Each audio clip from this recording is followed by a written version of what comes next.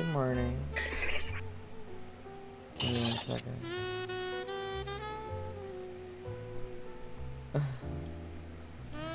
You know how in the middle of the night you suddenly get hungry and you want one particular thing, and to get it you have to do some really extreme shit?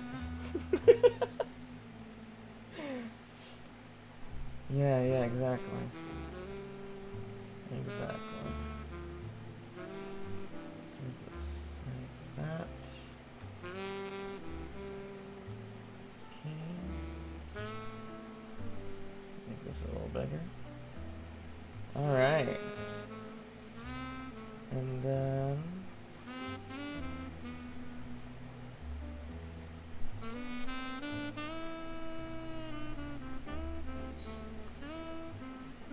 maybe white is... okay, there we go. That fits perfectly. So how are you? Hi, bye. Bye! Was camping the stream in chat? Yeah, you could do that. Only Chan does that. She waits for me to go live so she can redeem first. She's great, that girl.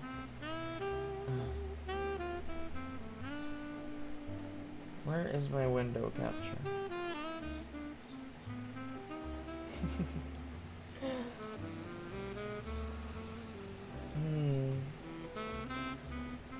Currently, my breakfast is being cooked, so I'm very excited for that. You know, I didn't think I used to be a breakfast person, because I'd always skip it, right? More curry? No. There is no curry left. Wait. I might disappear for a second. Yeah. There's no curry left. It's like, what was I talking about? I thought I wasn't a breakfast person. But then I realized that I was hungry in the morning. My brain just didn't tell me I was.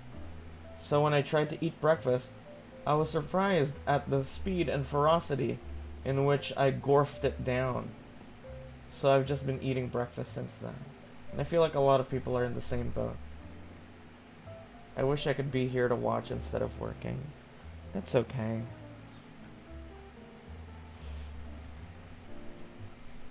My moderator in the afternoon, who you've never met before, Sif, she can't watch me anymore because she got an office job. It's sad, but I mean, she seems to be thriving, sort of. Monetarily, at least. She definitely has money now. But like she leaves her house at 6:45 and she comes home at 11 and she's too tired to do anything except sleep. So it seems like a rough existence. I wish I had my old schedule back so I can watch the 3 p.m. stream. It's okay. These things happen, you know. Life goes on. Situations change. I'm sure eventually the time will come where I'll have to switch schedules or stop streaming for a bit or whatever. Hopefully not, but eventually I do plan on leaving the Philippines, so I might change my schedule based on the time zone of the place I'm moving to, you know. Trying to get a second job. Goddamn. A second job. Jeez.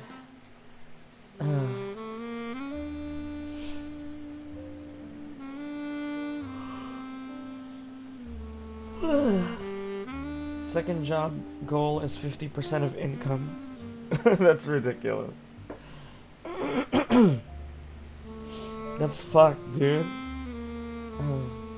Hey, dog. Purper, good morning. Hello. I'm just sitting here waiting for breakfast. Hi, Only Chan. Welcome. I usually have Thursdays set aside for silly variety stuff. For the life of me, I'm completely out of ideas, and frankly, out of steam. I just want to rest. This week has been, like, so physically taxing for me. It's probably the hardest I've ever streamed.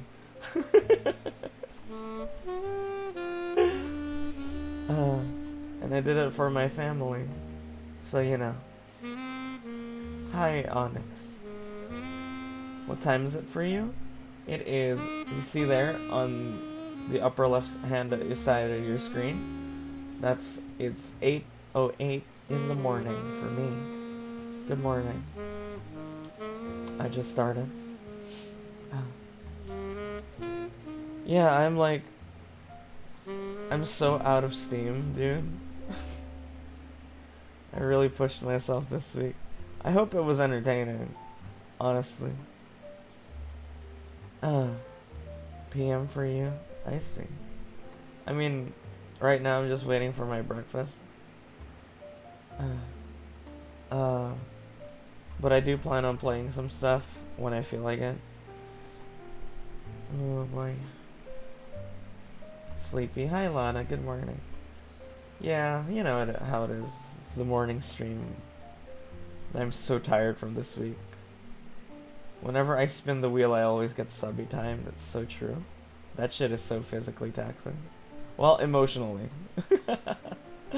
All of the exercise stuff is physically taxing, you know.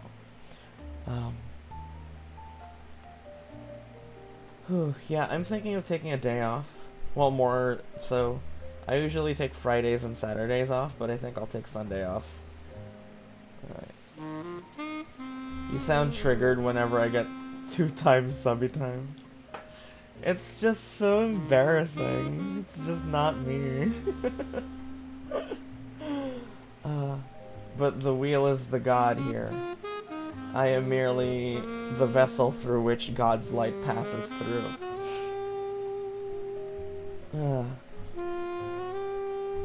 That reminds me of a quote that was like,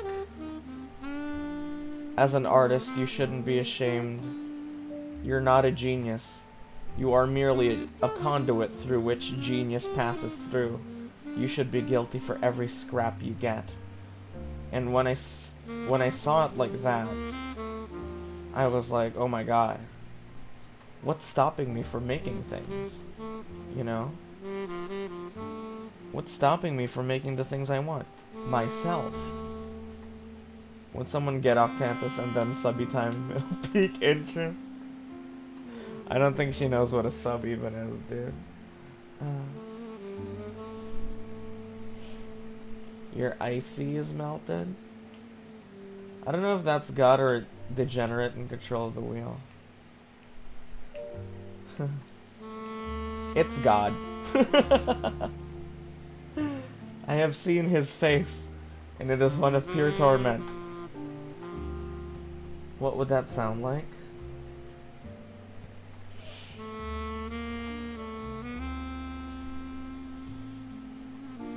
Like a GLaDOS fanfiction, maybe? I might play some Genshin to get some shit out of the way later. There's a Genshin event that's a real pain in the ass, so it feels like a chore to do. I'd like to imagine Mimosa as the real you being anxious on the mic. You know, back then, when I used to stream at night, I was so nervous that I would drink wine first to loosen myself up. So before every stream, I would get buzzed and listen to Sex Bob-omb, you know, that band from Scott Pilgrim vs. the World. I'd listen to their trashy music and then like sing along to it while drinking and really hype myself up. I was so desperate back then. I was desperate to do a great job. Well, I still am. And I was desperate that people weren't gonna watch me. Rather, I was desperate for people to watch me. Again, still am, sort of. but not as much, I think. I think I'm more secured these days. Helping a house out of crisis than leaving the whole country. I mean, I never planned to leave the Philippines, honestly. It was always like, let me play some like weather or something. I was always what's the word? What the hell?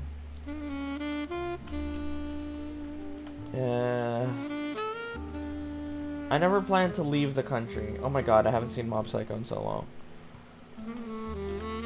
I never planned to leave the country. I always planned to, like, raise my kids here, you know? But, like, the more we go, the worse it gets. The Philippines is so fucked up, dude. Like, if I can just be completely honest with you. It is so messed up over here. How many children could you imagine having? Well, I mean, easy for me to say, right? I'm not the one pumping them out. But I would like 3. I feel like 3 is a good number. But again, I am not the one with the vagina, so...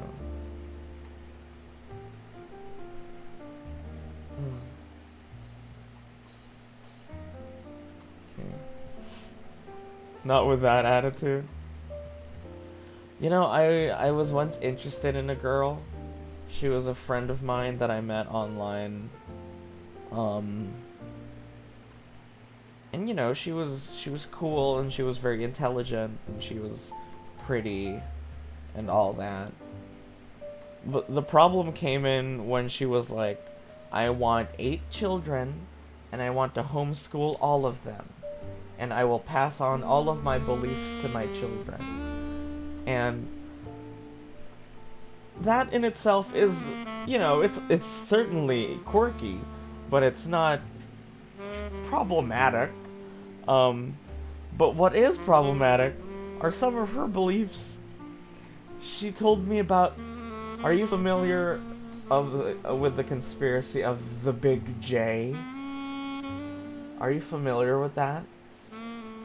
The Big J conspiracy is... No. Well, sort of. It's a conspiracy saying that behind every gigantic mega company on the planet, behind all of our infrastructure, is a really powerful Jewish man.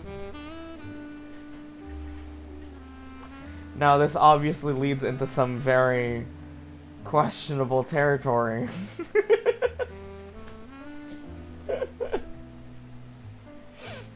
I think I drew the line when she, there was talk of, like, a neo-Nazi. And she was like... didn't immediately disagree with the Nazi.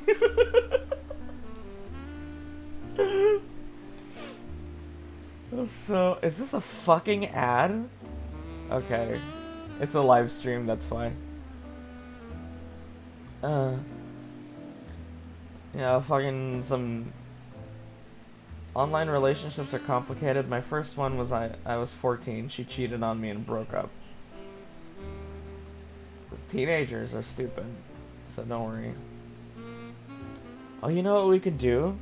I haven't done this in a while. We could look at some weird Twitch streams. I don't think I'm logged into Twitch on Firefox, though. Give me 1 second. Yes, I will go ahead and... behind you, are you...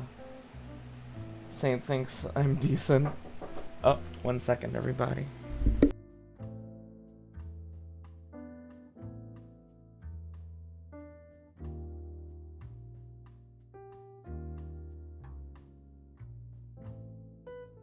My breakfast is here. Thank God. Okay. Also, I forgot to lock my door.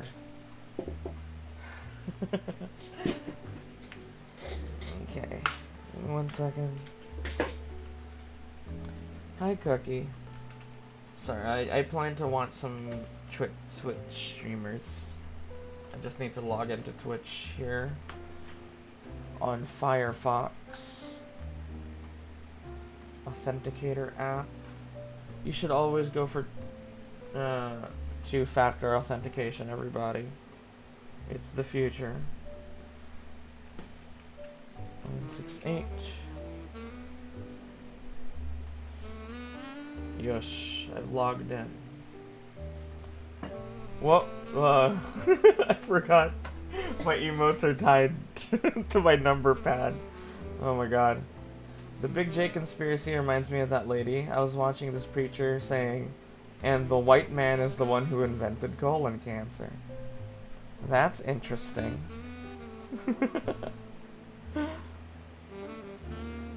I wonder if I should just move to my stream set. There we go.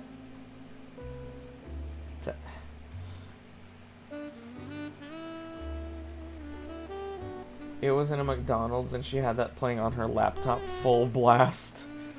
Jeez. Jesus Christmas.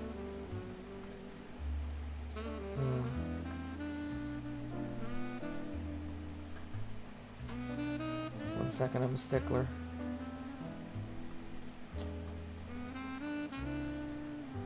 There we go. Okay. Did I miss anything in yesterday's afternoon stream? A lot of funny stuff when we were playing Heavy Rain. A lot of funny stuff was happening. Let's see what we can find. I like going to the IRL section. The IRL section has a lot of silly stuff in it. VTuber fired for illegal act? What? Announcement. I hope she talks about it soon. But if not, that's okay. Not like benching on it or anything like that. Nothing crazy. What? Who was fired? So if it doesn't happen by the time I need to get the episode up, that's okay. I don't know. What do you guys think? Are we going to see a new Iris 2.0? Oh, they're talking about her new model. Okay, never mind. You think Iris 2.0 is going to be the announcement today? That's False Eye. He's like a VTuber drama channel. Come for kisses. Ooh, look at her model, dude. Shoost makes everything look great. Is she muted? Or is this the other ear? Oh, it's the other ear. Okay.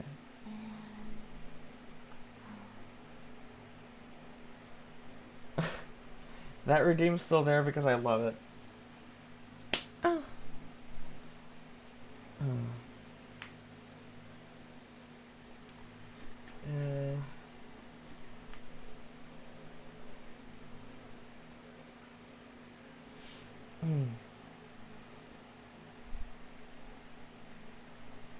Let's see.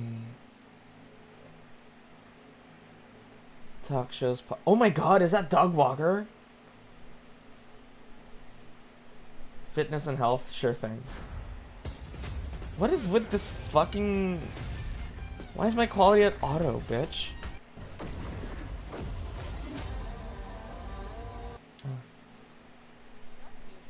Oh my god, look at him! It's been so long since I've seen him.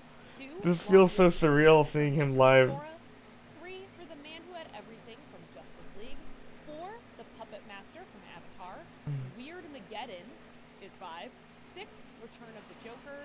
7, Pigeon Man from Hey Arnold. 8. What are they talking about? 9, Edge Batman. Let's see. Fitness and health. 84 viewers. I love going into these. The IRL section is the weirdest section.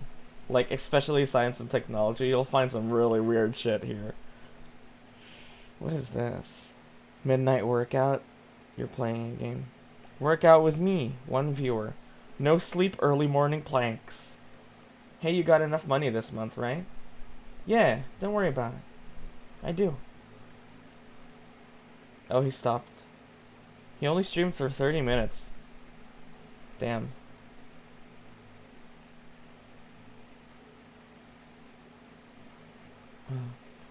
Don't worry about feeling guilty. Don't feel guilty.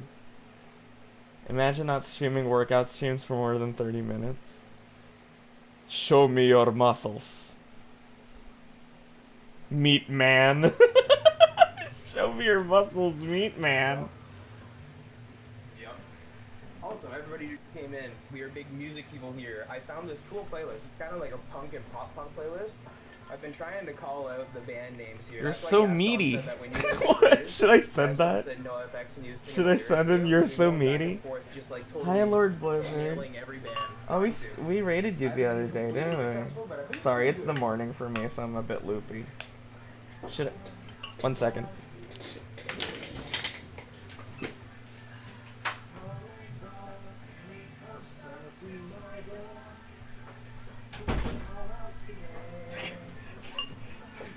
They brought me one more hot dog, and now I have 3 utensils. I have 2 forks and 1 spoon. What do I do with this? What do I do with my second fork? Should I say he's meaty? Should I call him meaty? I'll put this fork outside. Put this on guitar. This is a great song.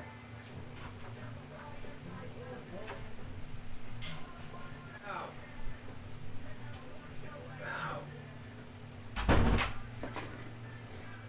His stream is titled Show Me Your Muscles Meat Man. So surely he's fine with being called meaty, right?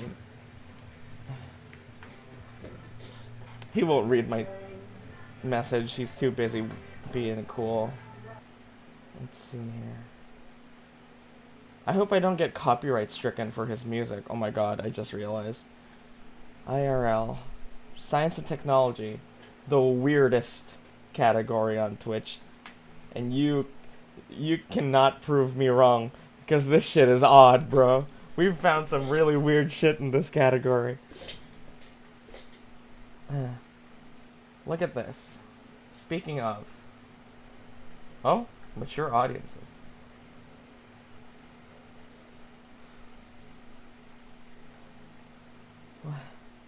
What is this? See, I told you.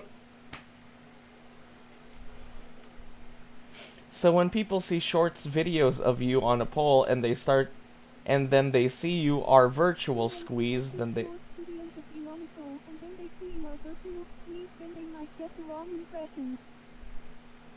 I think I knew what you meant. Okay, this is super creepy. Whenever you look at a new channel, look at the redeems and copy the good ones. Oh my god, that's evil.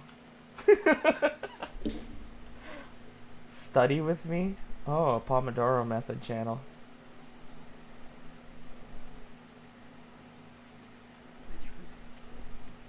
It's Spanish.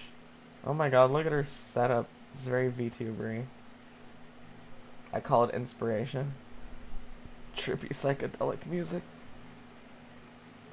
Ooh! Coop Cam! Coop Cam's live! But they're asleep again.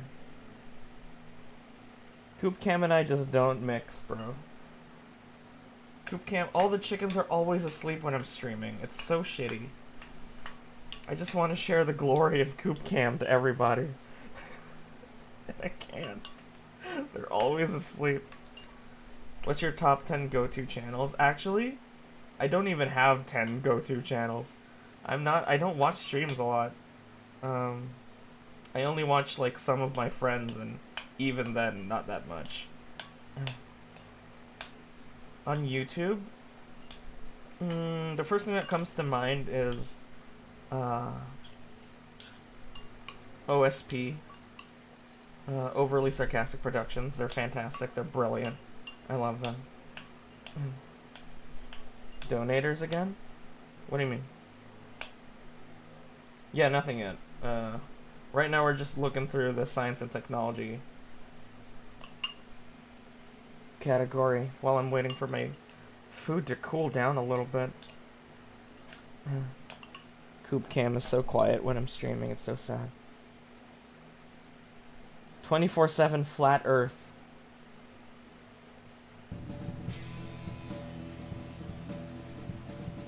There are some lies in our science books. Will be one of the great jokes in the history books of the future. 1.7k. They have more followers than me. So let me get this straight. You have to believe.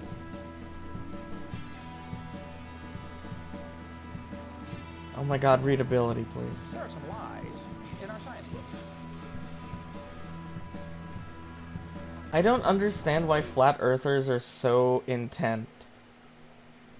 I don't understand that. I don't know what their deal is. They're so, like, angry. They're so angry. Why? It seems like such an inconsequential idea. You know? 80% of water is mostly flat, not carbonated, so it checks out. Is that so? Travel and outdoors.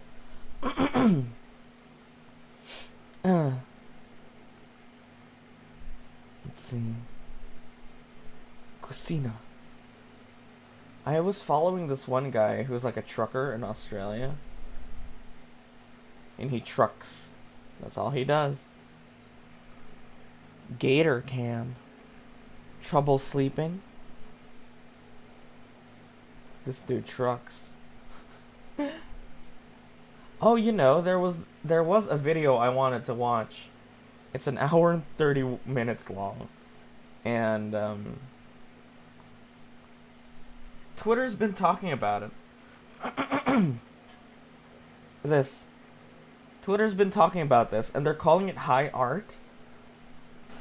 What? So, like, obviously that interests me. Disney Channel's theme.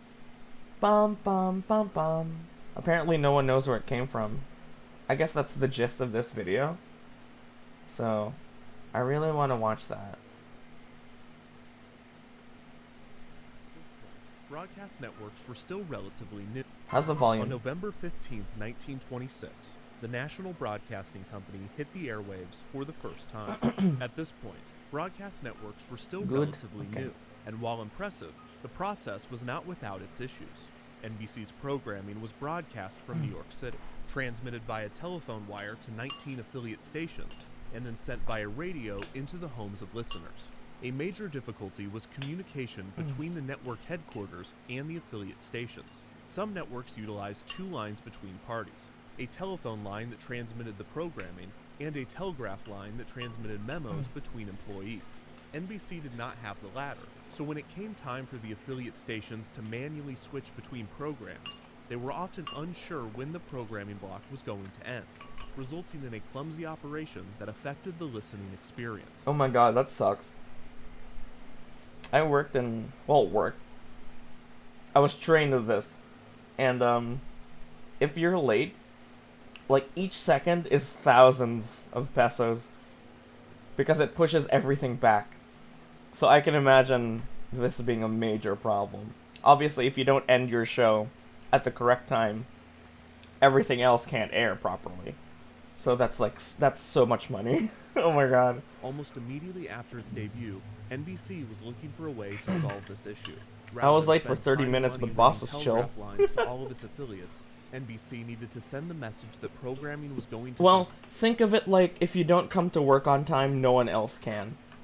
So, like, if you come to work 30 minutes late, that means everyone else comes to work 30 minutes late. It's kind of like that.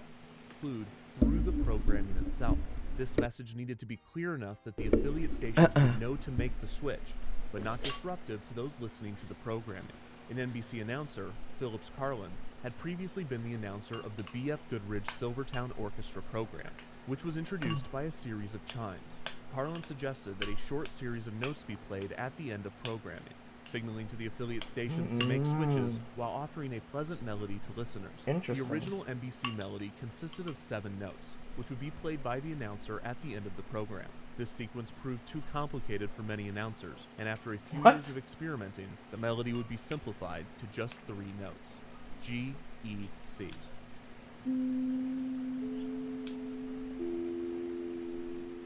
While not the first musical network Too identifier They put had in to place, play it live? Are you serious? God damn. the NBC Chimes was the first to be recognized nationwide and was the first You forgot? iconic Don't sound worry, signature it'll in happen. the United States. As more radio and eventually television networks entered the media landscape throughout the 20th century, many would try to create sound signatures of their own. Most often, the branding would only last a few years before being refreshed, and the sound signatures with the most longevity would often not be themes representing the network as a whole, but rather a specific programming block, such as a theme for news or sports. Still, there were a few network themes that became permanent. The NBC Chimes are still used today, 90 years after being introduced. In 1984, Nickelodeon debuted a theme sung by jazz musician Eugene Pitt and produced by roots musician Tom Pompisello.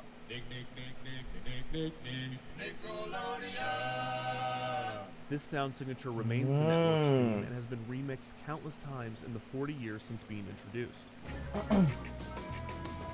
In 1993, HBO debuted the HBO So used to Static the no-no meme. The branding was created by a team led by HBO's head of production, Bruce Richmond, and the logo and short music cues still appear with HBO original programming nearly 3 decades later.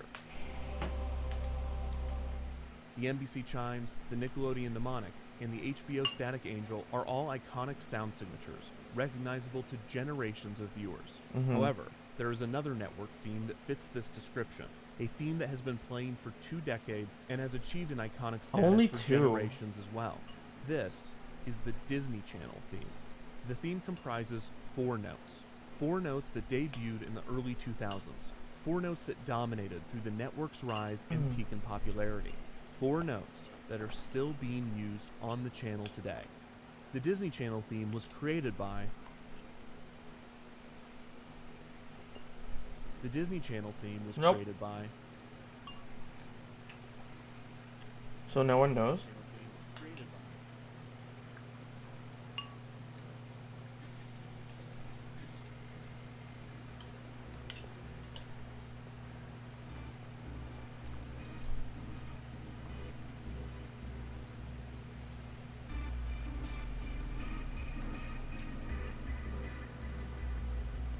I have no idea.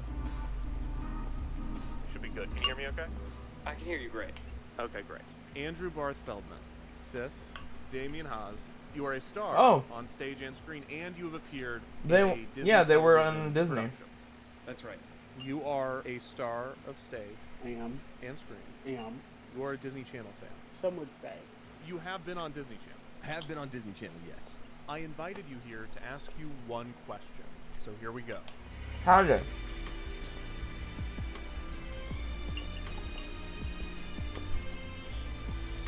We're just watching this because everyone on Twitter was talking about this video.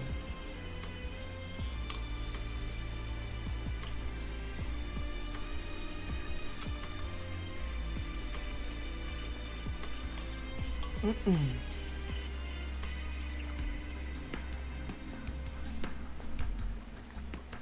this is my question. Do you know the Disney Channel theme? I feel like I do. Do you know the Disney Channel theme song? It makes me think like a Hillary Duff, like, hi, I'm Hillary Duff, and you're watching the Disney Channel, and then it'd be like, Mm-hmm. I mean, it's, hi, you're watching Disney Channel. That's the theme. But That's not the theme. That is something, and the theme is in there. it is there is one. Yes, there is a theme. Hey Al, good morning. Don't, don't. That's right, you got it. I know. Or is it like, or something like that? That is really close. Okay, yeah. It's actually...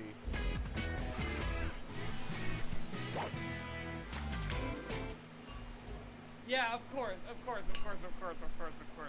Isn't it weird that we don't know who wrote that theme? No. I started watching The Boys. Oh, I'm so sorry. The Boys is so heavy. We don't know who wrote the Nickelodeon. It's fantastic though. Yes, we do. I don't. but you could know if you wanted. Sure, and I'm sure we could know if we wanted to know who wrote But the we Disney can't. channel. Nobody Okay, knows. go. So what I'm going to try to do is a legitimate investigation. Okay, Where I try to figure out who wrote this theme. great. I'm catching you at such a crazy time in this journey that you're on. I can't wait to see where it goes. Can't stop A-Train, baby. God, The Boys is so traumatic. I had to watch videos of the actors in, like, in interviews so I could, calm down. Because they were so good at their job of being scary. I've always been fascinated with television programming, specifically programming breaks. The content before, after, and in between shows. Not the commercials, but the bumpers, network identifications, and interstitial programming. It is a fascinating liminal space, full of subtle reassurances. Here's where you are, here is what you've been watching, and here's what's next. Don't leave. Don't go anywhere. Don't worry. We'll be right back. The Deep? Oh, God. At the peak of television's popularity, these breaks even acted as The Boys extensions gets of the crazier main with content. every episode, The point dude. that, absent of this material, context is I lost. wonder if I can launder You can money watch by an streaming on episode of Twitch. Full House or Family Sure you Matters can. on DVD, but without Yeah. the TGIF branding and interstitials, there's a key component to the viewing experience. Move that is close to missing. your world? You What is can that? watch all that or Clarissa Explains It All on streaming, but it is a fundamentally different experience removed from the SNCC branding. There is no channel where this symbiosis is more apparent than Disney Channel. Unlike its rivals Cartoon Network and Nickelodeon, Disney Channel does not have traditional commercial breaks with content produced by third-party advertisers. Instead, the channel uses this time in a variety of creative ways. This programming, which has been watched by millions of people for over 2 decades, is surrounded and accented by 4 simple notes. But how do you trace back their origins? Where do you even begin?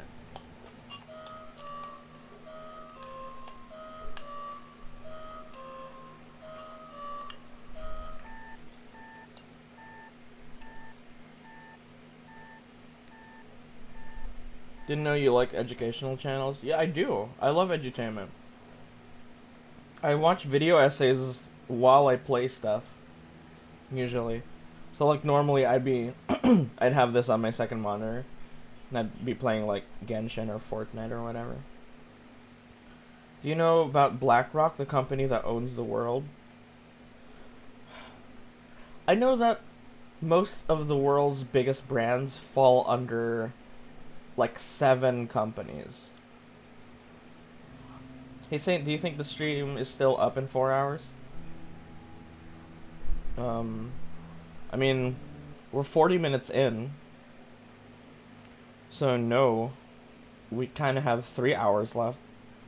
What about Murky Water? Not familiar. Ugh.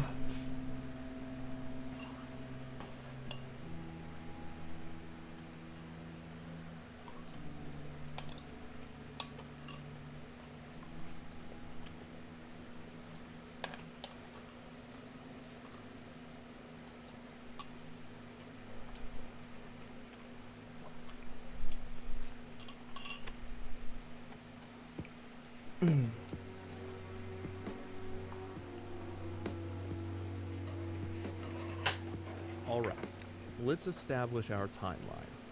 On April 18th, 1983, the Disney Channel debuted in the United States. As we've discussed a lot on Defunct TV, the Disney Channel was originally a premium cable service, following the successful model created by HBO a decade earlier. Subscribers of the Disney Channel were treated to reruns of classic Disney films, shows, and shorts, along with a selection of original programming and some cool bumpers.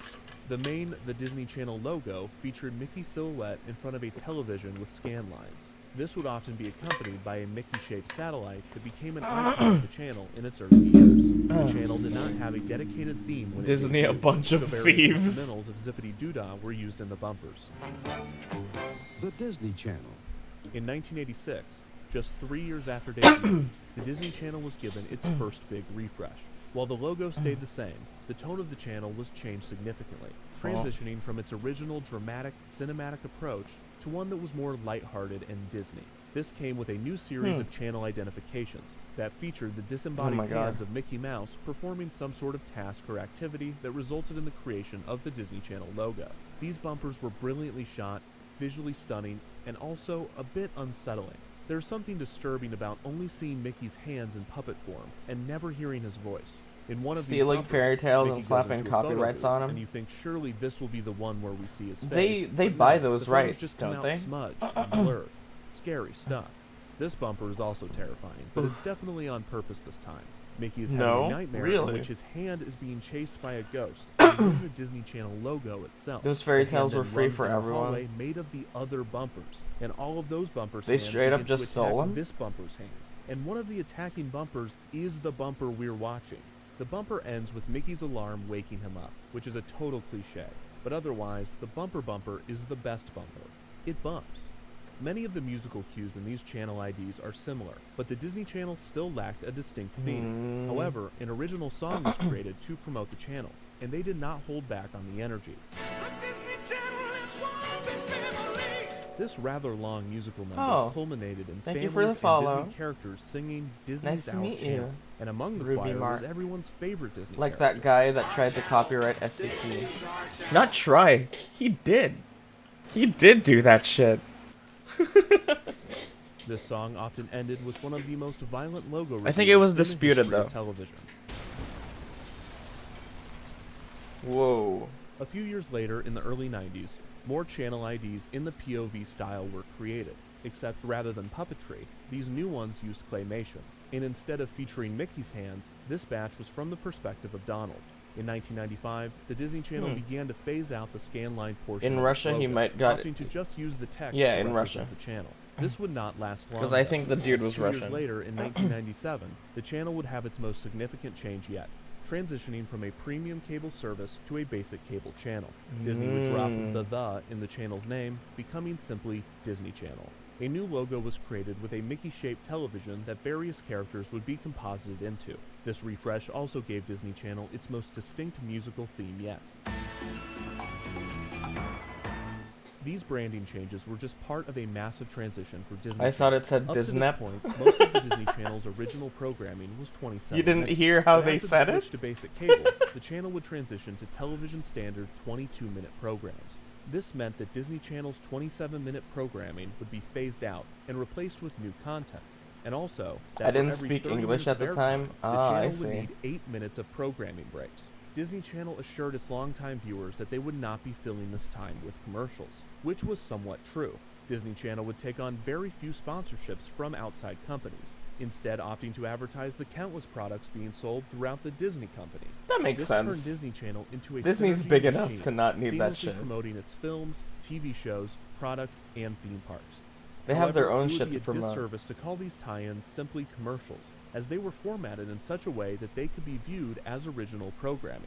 For instance, within a year of the transition to basic cable, Disney Channel began airing a program called Movie Surfers. Movie Surfers gave viewers an inside look at the newest Disney feature film, with child actors serving as entertainment reporters. Ideas such as these were brilliant and a sign of what was to come, but at this point in the late 90s, Disney Channel was still very much in a period of transition and Man, expansion. they used to really try back then, huh? Since you watched that video yesterday, I saw your social credit score go up. Thank you so much. Social credit, bro. That is such a... The concept of having a social credit score feels wrong, right? It feels off-putting, doesn't it? You know that if it's low enough, you can't take the bus? See, that's fucked. That's fucked because who decides the social credit? The government, right? They can decide if your existence is wrong or not. And I mean, a lot of governments do that, not just China. But goddamn, they do not give a fuck over there, huh? They don't even try to hide it. Implementation, and not every idea stuck. Coming out of the switch to basic cable, Disney Channel created 3 distinct programming blocks. First, Playhouse Disney was created as Citizens a of the block Commonwealth. programming aimed at preschoolers. Second, Vault Disney was created to air classic films, television programs, and shorts. Vault Disney would Disney. air at night and throughout the early morning. Finally, over a year after the rebrand, a third programming block was introduced to Disney Channel. An afternoon block aimed at tweens and teens named Zoog Disney. Zoog. Disney had its own theme, its own characters, and even its own world. The Zoogs were a group of robots that lived inside of the bits and bytes between the television and computer screen. Their entire backstory. I'm nervous is one of these explained days in you their get theme food and song, one of your including brothers the odd tries to detail look that inside they've your been alive room. since the birth of fire. Yeah. And since it was released Me in too. 1998, each character was introduced in a rap. My name's Joe. I'm a Zoog. Got a place just for you. The Zoog Disney programming block was an attempt to appeal to the tweens and teens of the late 90s that were becoming more and You more know, interested.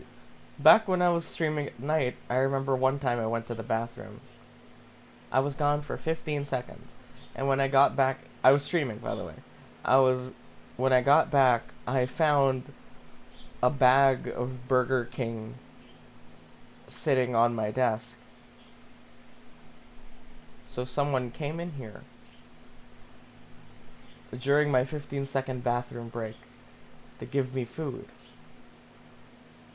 And I still don't know who it was. I do not know who it could have been.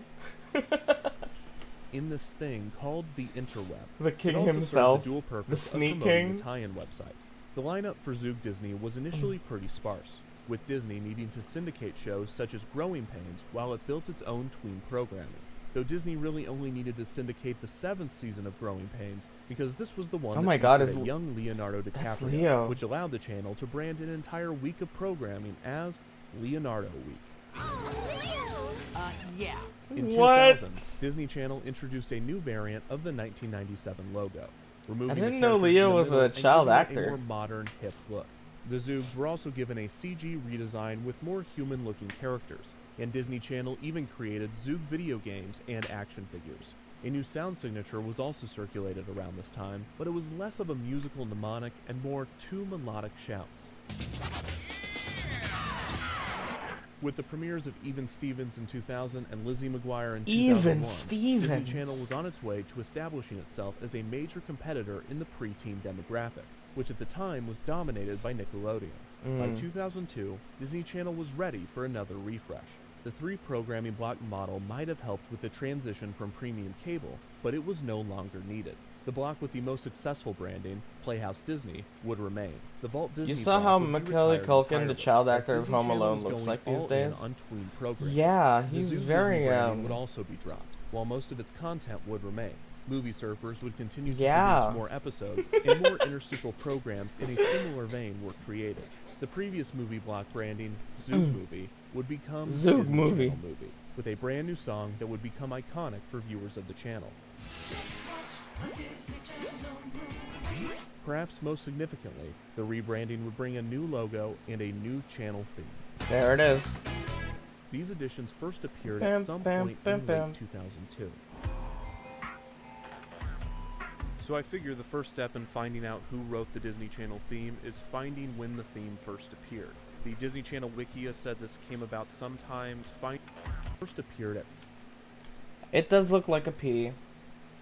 It does look like a P. some point in late 2002. So I figure the first step in finding out who wrote the Disney Channel theme is finding when the theme first appeared. The Disney Channel Wikia said this came about sometime in September of 2002, so let's watch some ads from September of 2002. Kids like you express themselves every day on Disney Channel. It does help to talk about September 11th, because, you know, you...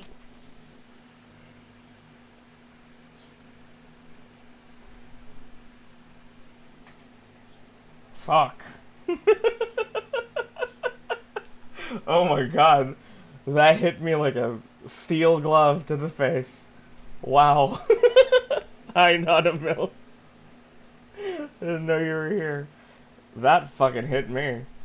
Day on Disney Channel. It does help to talk about September 11th, because, you know, you get it out of Even he's like, what?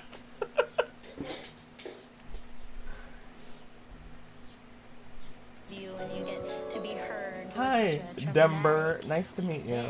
Thank you for the follow. Forget. If you had heard me last year, that's all I would have been talking about. It's definitely a healing process. Disney Channel. Express yourself. Oh, thank God. I really thought that was going to be the first appearance of the theme. This segment, this Express Yourself segment, I feel like I've... Post 9/11 in the UK really was like a dystopia. In the UK? seen something like this before, where the teen stars of the channel do these sit-downs, but usually it's about friends or the homework they pretend to do, but it's not about 9/11 usually. So after a bit more research, I found a lot more of these 9/11 PSAs, most of which were from right after the September 11th attacks in 2001, and these have been researched. Oh my God, it's Shia LaBeouf! Look at this boy! Jesus Christ, this was pre-Transformers too. Hi Pop, we're just watching this video about Disney Channel's bum bum bum bum. People on Twitter were talking about it, calling it high art and stuff. Which is interesting.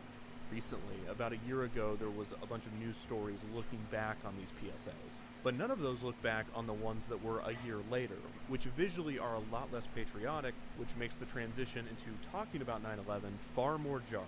Anyways.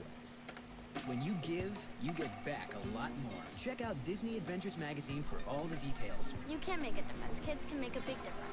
So this is still the old logo, and I haven't heard the new theme yet, but I also haven't seen any Zoog Disney branding. So in the timeline here, it seems this is after Zoog Disney was retired, but before the new assets went into circulation. I'll watch a few more from this batch just to make sure. Kids like you express themselves every day on Disney Channel. One of the positive sides of September 11th.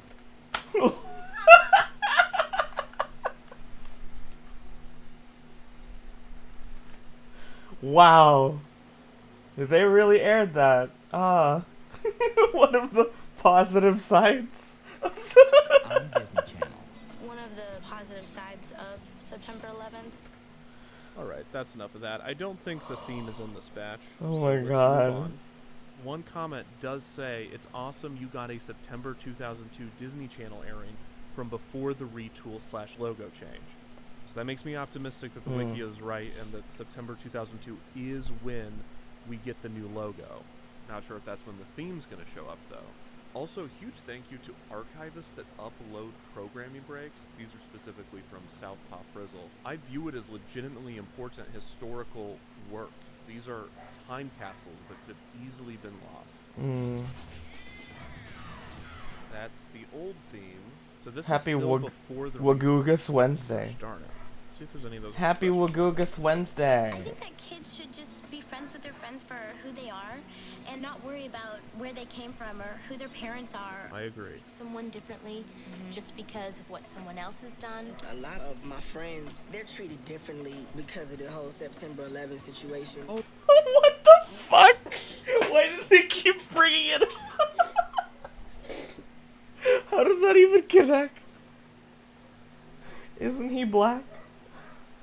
What do black people have with September 11th? Did they do it? Is that what they're implying?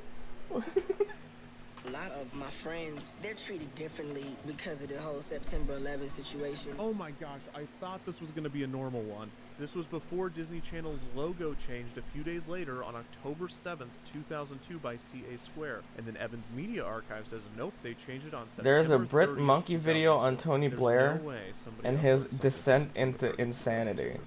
That's interesting. What This you is watching? September 30th, 2002, A and video that's the new about Playhouse the Disney Channel's theme. Hi Jojo. Disney logo down there. We're so close. Boy Meets World. Wait. After that, it's a twin thing. Wait. Sister. On Disney Channel. That was it. That was the 4-note mnemonic. We found it. So the new logo and 4-note theme. Two debuted furries at the September same time. 30th, 2002. But we're still missing a key feature. Good morning, of the everybody. rebrand. I don't see any of the wand IDs. I don't see What them kind of trying what it. game should I The play? Disney Channel channel identification, Today. or wand IDs as they are most often Can I referred play to, are a Fortnite? series of bumpers that feature a star of the channel stating their name and the program in which they appear, before uttering the classic line, And you're watching Disney Channel. "It's almost unnecessary to describe these bumpers, because they are by far the most iconic and recognizable aspect of Disney Channel that exists Beam outside bom, of the beam programming. bom. And they are one of the most famous channel Oh my god, look at identifications in them. the history of This was television. right when they hated each other. This is when they hated the fuck out of each other. I know they got group therapy, like they got family therapy. So I don't think... Because they performed together again, you know, but... This is right at it. They did not like each other. For broadcast networks, channel IDs such as these I used are to love actually them in this mandatory. era. Stations Well, who didn't, you know? Fucking, I still sing Love Bug. That shit rocks. Speechless, over the edge and just breathless.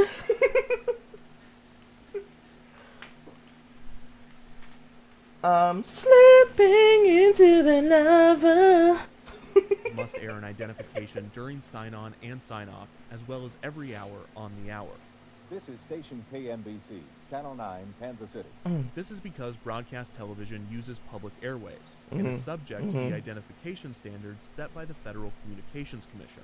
They were Cable my first channels, on the other concert, hand, are and private, Wonder Girls and instead opened of for using them. Airwaves, Wow. cable uses cables and satellites. So while cable channels such as Disney Channel don't legally have to air channel identifications, there are still many reasons why programmers might create these types of bumpers. For children's television, the FCC mandates that there's a clear separation between the programming and the commercials.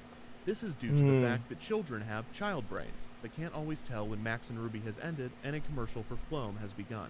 This is what initially led to some of the most famous bumpers in children's television, including the famous After These Messages bumpers from ABC. A channel identification after the commercials and before the programming can also qualify as a Interesting. reasonable separation of the two. Another common use for channel IDs Yeah, because back then, when there was this like huge issue with children's advertising, because they aired like a commercial of an action figure, and it was like animated, and the action figure was like talking and running around and shit. And when the kids bought it, they were upset that the action figure didn't do that.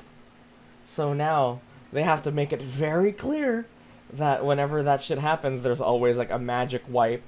There's like a sparkle transition to be like, oh, this is a toy and this is the magic, you know? It's very interesting. And bumpers in general is that they provide a buffer before and after the commercial block. This way, if the beginning or end of the commercial block is cut off due to a glitch or an error, it will only cut into the bumper and not the commercial. This prevents the channel from losing any Kids are revenue dumb. from its advertisers. Another Yeah. more commercial. See that? This See that? prevents the Magic wipe. channel from losing any Magic wipe. You saw it just now. revenue from its advertisers. Another, more obvious reason for a channel ID is the benefit to the viewer. While today it is almost entirely irrelevant, before the advent of modern television interfaces, viewers often had no way of knowing what network they were watching as they surfed through channels. So having someone say it out loud was actually pretty helpful. Perhaps the most important aspect of a channel ID, though, is branding.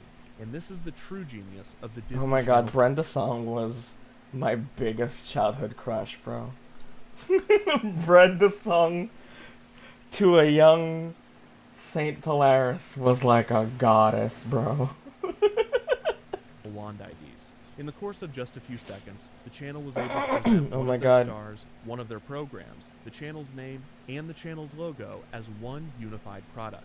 After comparing this to the chaos and randomness of Zoo Disney, it is no wonder why these idents were so successful. I in literally rebranding only the watched channel, Cartoon which Network. is why it's so Oh, surprising I watched that there all are of no them. Wand IDs from late 2002, or I should say, almost. One of the no VTubers I follow posted a subathon, and 1,000 is simply labeled cum cookies. Who is this kid? God. Dude, I remember this! Oh my god. I used to watch this one. I used to see this one constantly. This would play constantly on Filipino TV. This one. This exact Who is one. this kid? This nobody was the first person to draw the Disney Channel logo. He's also really good. He is a pro. Look at those circles. It seems that this kid, whose bumper aired throughout late 2002, was the first person to appear in a wand identification. Cartoon Network and Nickelodeon are two things I watched a lot. The wand IDs with the channel There's stars did not nobody. air until June of 2003, 8 months after the rebrand. Prior to their debut, That was so June of clumsy. 2003, 8 months after the rebrand. They didn't Prior want to their retake debut, that? Disney Channel would rely on a different set of channel IDs that were far more elaborate in scope and used an impressive amount of visual effects for the time. Each bumper featured children using their imaginations to make an ordinary situation magical, before returning back to reality as the Disney Channel logo was revealed. Like the other bumpers from this refresh, these idents also ended with the 4-note theme. Watching these back-to-back, it's interesting to note how different the music cues are. They all have different tones, instrumentation, and progressions. Often, the only common element is the final 4 notes, which also vary slightly. Have you seen the in key bloopers and from rhythm. them drawing the logo? I don't think so. I don't know. I don't think so. I don't think I have. These imagination IDs That will poor continue kid to probably air on saw the channel, video albeit less often, after the introduction of the wand IDs. and had The his initial day batch of ruined wand because he IDs got called a featured such nobody. stars as Hilary Duff for Lizzie McGuire, Raven Simone for That's So Raven, It's and so America good. Ferrera I for the definitely Disney wanna Channel get original into movie that. Gotta Kick It Up. This batch also included 2 animated wand IDs, one for animated Lizzie and another for Kim Possible, Ron Stoppable. Yo, speaking of childhood crushes, Kim Possible? Damn, what a baddie! Damn, shoddy. And Rufus. It is hard to properly And explain Rufus. just how popular these bumpers were. It seemed that every child that watched the Shigo? channel Ah, desperately Shigo. wanted to do one. Me and my friend have glow sticks one day, and on the commercials you can see where they have those little glow sticks and they're going. And me and my friend like to play around. So like, Is I that actually, Selena Gomez? But we were watching Disney Channel. We like to draw it all. Oh the my time. God, it is. Look at that. But we were watching Disney Channel. We like to draw. So it all the young. Oh They my never had you lord. do a wand ID despite you being on the channel. No, and I could talk about my disappointment with that all day. That's all I wanted to do. That was all I wanted to do, because if I ever flipped the channel, odds are I would see, like, what's up? I'm Necker. Jetty Brodelteen, and you're watching the I Disney feel Channel, old and now. Do the little dudes. The closest I ever got was that my zombie It's definitely a feeling, right, to be assaulted by so much nostalgia in such a short amount of time. It makes me feel old too. character If host, anyone had a like, weird it's crush, it was Disney me. I had a crush on that Halloween, one special zombie cheerleader in Subway Surfers. Oh, so you had a bumper. I had a bumper, but it was with my character that was a zombie and was co-hosted by What? someone who did all the talking. So we never did the Mickey. It was just always like, you know, coming up next is whatever, and I'd be like, ah, no! And they'd be like, that's right, it is a new episode. Damn. These bumpers That have remained sucks. relevant with Disney Channel fans old and new. In 2019, the Disney Now app debuted a feature that allowed users to make their own wand IDs. And at the 2022 D23 Bum, Disney bum, Fan bum, Convention, bum. there was even a photo op where you could pretend to do one. The wand IDs have even found a broader legacy outside of just those that watch the channel. I'm Saint Polaris. Shake It Up is next on Disney Channel. Bum bum bum bum. I could have done that shit. Reaching the true indicator of cultural notability. Memes. The original badge constitutes a true indicator of cultural notability. If I had that wand, I'd draw pee-pee. You would not be alone. Oh my god. Copyrighted. Memes. The original badge constantly circulates online, with fans Those are the editing footage to bloopers? display the Ah. stars' drawings more realistically, showcasing just how bad these actors are at drawing what appears to be a fairly simple logo. Returning to the initial batch that was aired on the channel, the clever editing around these awful drawings is evident. I think the worst one has to be Spencer Breslin, who even in the edited version is still noticeably off. God To be bless you, fair, he Spencer. probably had other things on his mind. If you had heard me last year, that's all I would have been talking about. That's from when they were talking about 9/11, by the way. Oh. I had seen these edited versions a few times, but I just thought of something while revisiting them. Where did this footage come from? These are obviously outtakes and not taken from the original idents. Sure enough, I was able to find a few of these outtakes, and there are a few things that stood out to me. First, this line from Hilary Duff. Oh, it's Mouse Ears. Oh. They didn't It know? seems that the stars were not sure what they were even supposed to be drawing, which makes you wonder what instructions they were given. What? They weren't told what they were drawing? Most likely, they were told they were drawing the new logo, and this was just her noticing that they were mouse ears for the first time. Hilary Duff is one of the first to ever see the new logo and the first to ever do a Wand ID. Oh, I see. They did it before they launched. Duh. They did it before they launched this new thing. Okay. So that makes sense that they never seen it. Yeah, they've never seen it before. And she has no point of reference for what the final version will look like, and has no concept of just how iconic these bumpers will become. This is the burden of the trailblazer and the solitude of the trendsetter. They made Damn. it like 900 times. I think I had like lost all personality at that point. Plus I was like pubescent teen. I was like, what are they making me do? This is invisible. Another thing I Oh. noticed is that these outfits are the same ones used in the Express Yourself bumpers / 9/11 PSAs. This Yeah. either means that the channel had a wardrobe for the stars whenever they were appearing as themselves, or that these were filmed on the same day or days. Both are likely. Finally, and most importantly, I noticed this. That is a slate. It is used for sound synchronization and shot organization. Clapperboards typically feature the scene, shot, and take, as well as the name of the director of photography and the director. It's difficult to make out, but the top name is labeled DIR, and the bottom is labeled CAM.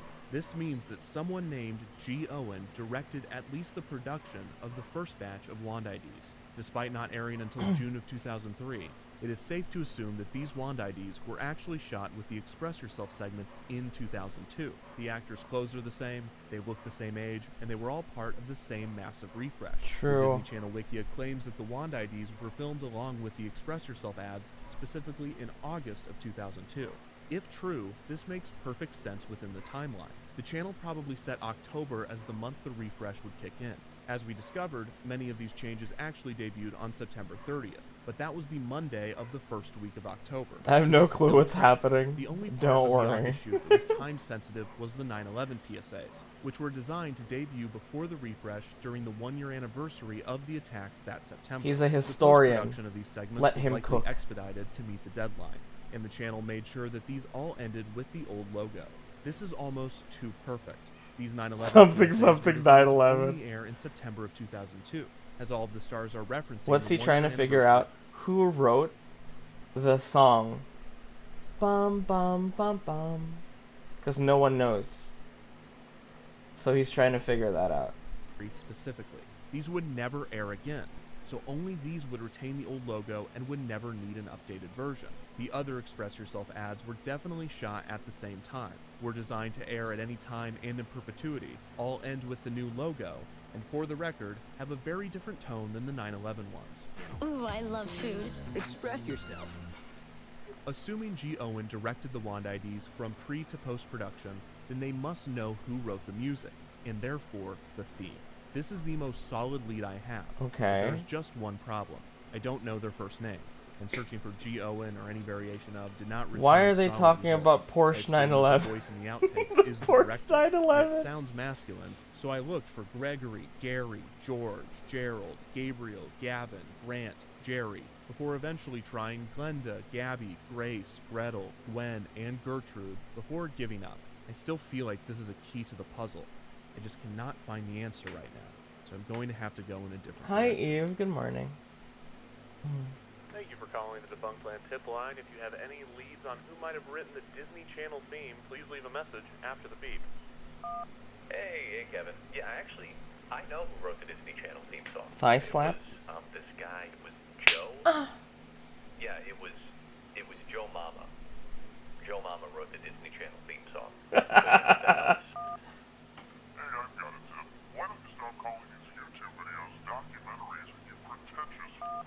Yo, Kevin. What's up, man? Hey, I heard you were researching the Disney Channel theme. What's this game? It's a video, Eve. The Mighty Mighty Boss Tones. The Mighty Mighty Boss Stones are a ska band that was formed in Boston. Ska?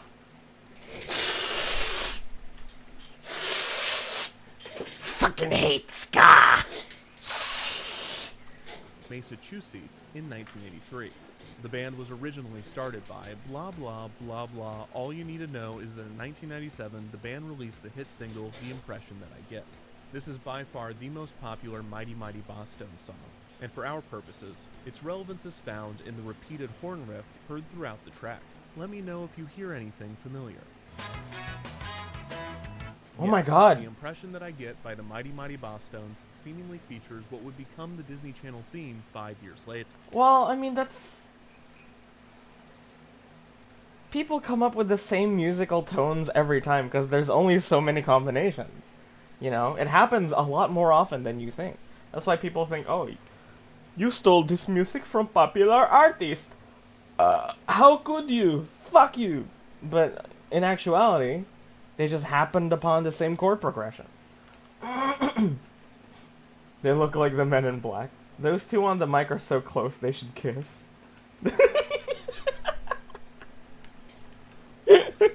By the Mighty Mighty Bosstones, seemingly features what would become the Disney Channel theme 5 years later. The riff does include the same notes, and the rhythm is similar, but this is only the first half of this riff. The reason that I mention this is not because I think the composer of the theme stole from the Mighty Mighty Bosstones. It is also not because I think the theme was written by a Bostonian. I mention this because there is almost no information on the Disney Channel theme online, and everywhere I seem to go, if there is discussion on these 4 notes, someone will bring up this song. So while I don't think this is part of the mystery, the Mighty Mighty Bosstones have made the board, although I am going to put them way over here. With that Plagiarism in the music industry feels weird. Yeah. Right? It's like how comedians accidentally steal jokes every now and then. It's like that. Major music licensing organizations that composers. Then you have cases like Amy Schumer, where she just rips off whole bits. So if you want to license something, all you have to do is go to this search engine and search for the song, and it'll tell you who owns Kevin it, MacLeod. who wrote it, who has. Who's that? Is that this guy? No, I'm not Default sure Plan? the composer that wrote. Because they called him was Kevin. Submitted to ASCAP and BMI, as Disney Channel owns it 100%. But it's the best lead I have right now. So let's search. You can search by title, you can search by composer, you can search by him up publisher. in a bit. I'm just going to type in Disney Channel and see what happens. Whoa. There are 4 pages. There are so many compositions. There are 77 results. I thought we'd have no results. Now I'm thinking we have too many. You have heard his music? Yeah. Arnheider Theodore Linkfield. I'll look it up later. That's a great name. Kevin MacLeod. It just says Disney Channel. It doesn't tell you anything. I look forward to more Doesn't horrendous say music the since all the year, good stuff's the been composition is made. just titled Disney Channel. Okay, here's another one called Disney Channel. We have at least publishers this time. Disney Luft Raus. Is that German? That's German. Air Out. Air Out. Like Disney Channel, is that what like a bumper's called? Like an air out? Okay, that's German Disney Channel. Okay, this is Japanese Disney Channel. Japan Central Music Limited. It's not Disney Channel 10th anniversary because that would have been... He's the guy who makes royalty-free songs. For writing at least half of these results. I mean, look at how many he made. But how do we verify that he wrote the theme? Because these don't give much away. Okay, so these alternate titles are actually what the announcer is saying. So, and now back to... Yeah, so it says, and now back to, right here. Sweet Niblets, Hannah Montana. I bet you I can find the one that says Sweet Niblets. And if it ends with the theme... SpongeBob has the best music. No biggie. New boy crushes? Whoa, stop the presses! That's the drama of Hannah Montana on Disney Channel. Waiting for Who wrote the Phineas and Ferb OP? Bowling for Soup. The band who made all of their music. Hannah Miley? Oh, I know. Hang out with Hannah and Miley on Hannah Montana right here on Disney Channel. Bum, bum, bum, bum. Stick around. Hannah Montana will be right back on Disney Channel. Let's get back to Hannah Montana on... Say Sweet Niblets. Hannah Montana's next, part of Disney Channel's Summer of Stars. Don't go away. Hannah Montana will be right back. Part of Disney Channel's Summer of Stars. Hannah Montana. Hannah Montana. Hannah Montana. Hannah Montana. All part of That's So Sweet Life of Hannah Montana. Hannah Montana. Hannah Montana. This is driving me crazy. Sweet Niblets! Yes. We got it. What is the theme? Hannah Montana will be right back on Disney Channel. It is. It's there. Sweet Niblets. Hannah Montana Disney promo. David Richard Christopher Norland. Now I just gotta figure out how to get in touch with this guy. His website does not mention... I've never seen Hannah Montana ever. Really? I'm 95% sure this is the David Norland that wrote for Disney. Victorious has a really good found a way song. to contact God, I haven't... Victorious? I think I only saw like one episode of that. Yeah. I really hope he responds. I was a big fan of the goth chick. Huge crush on that chick.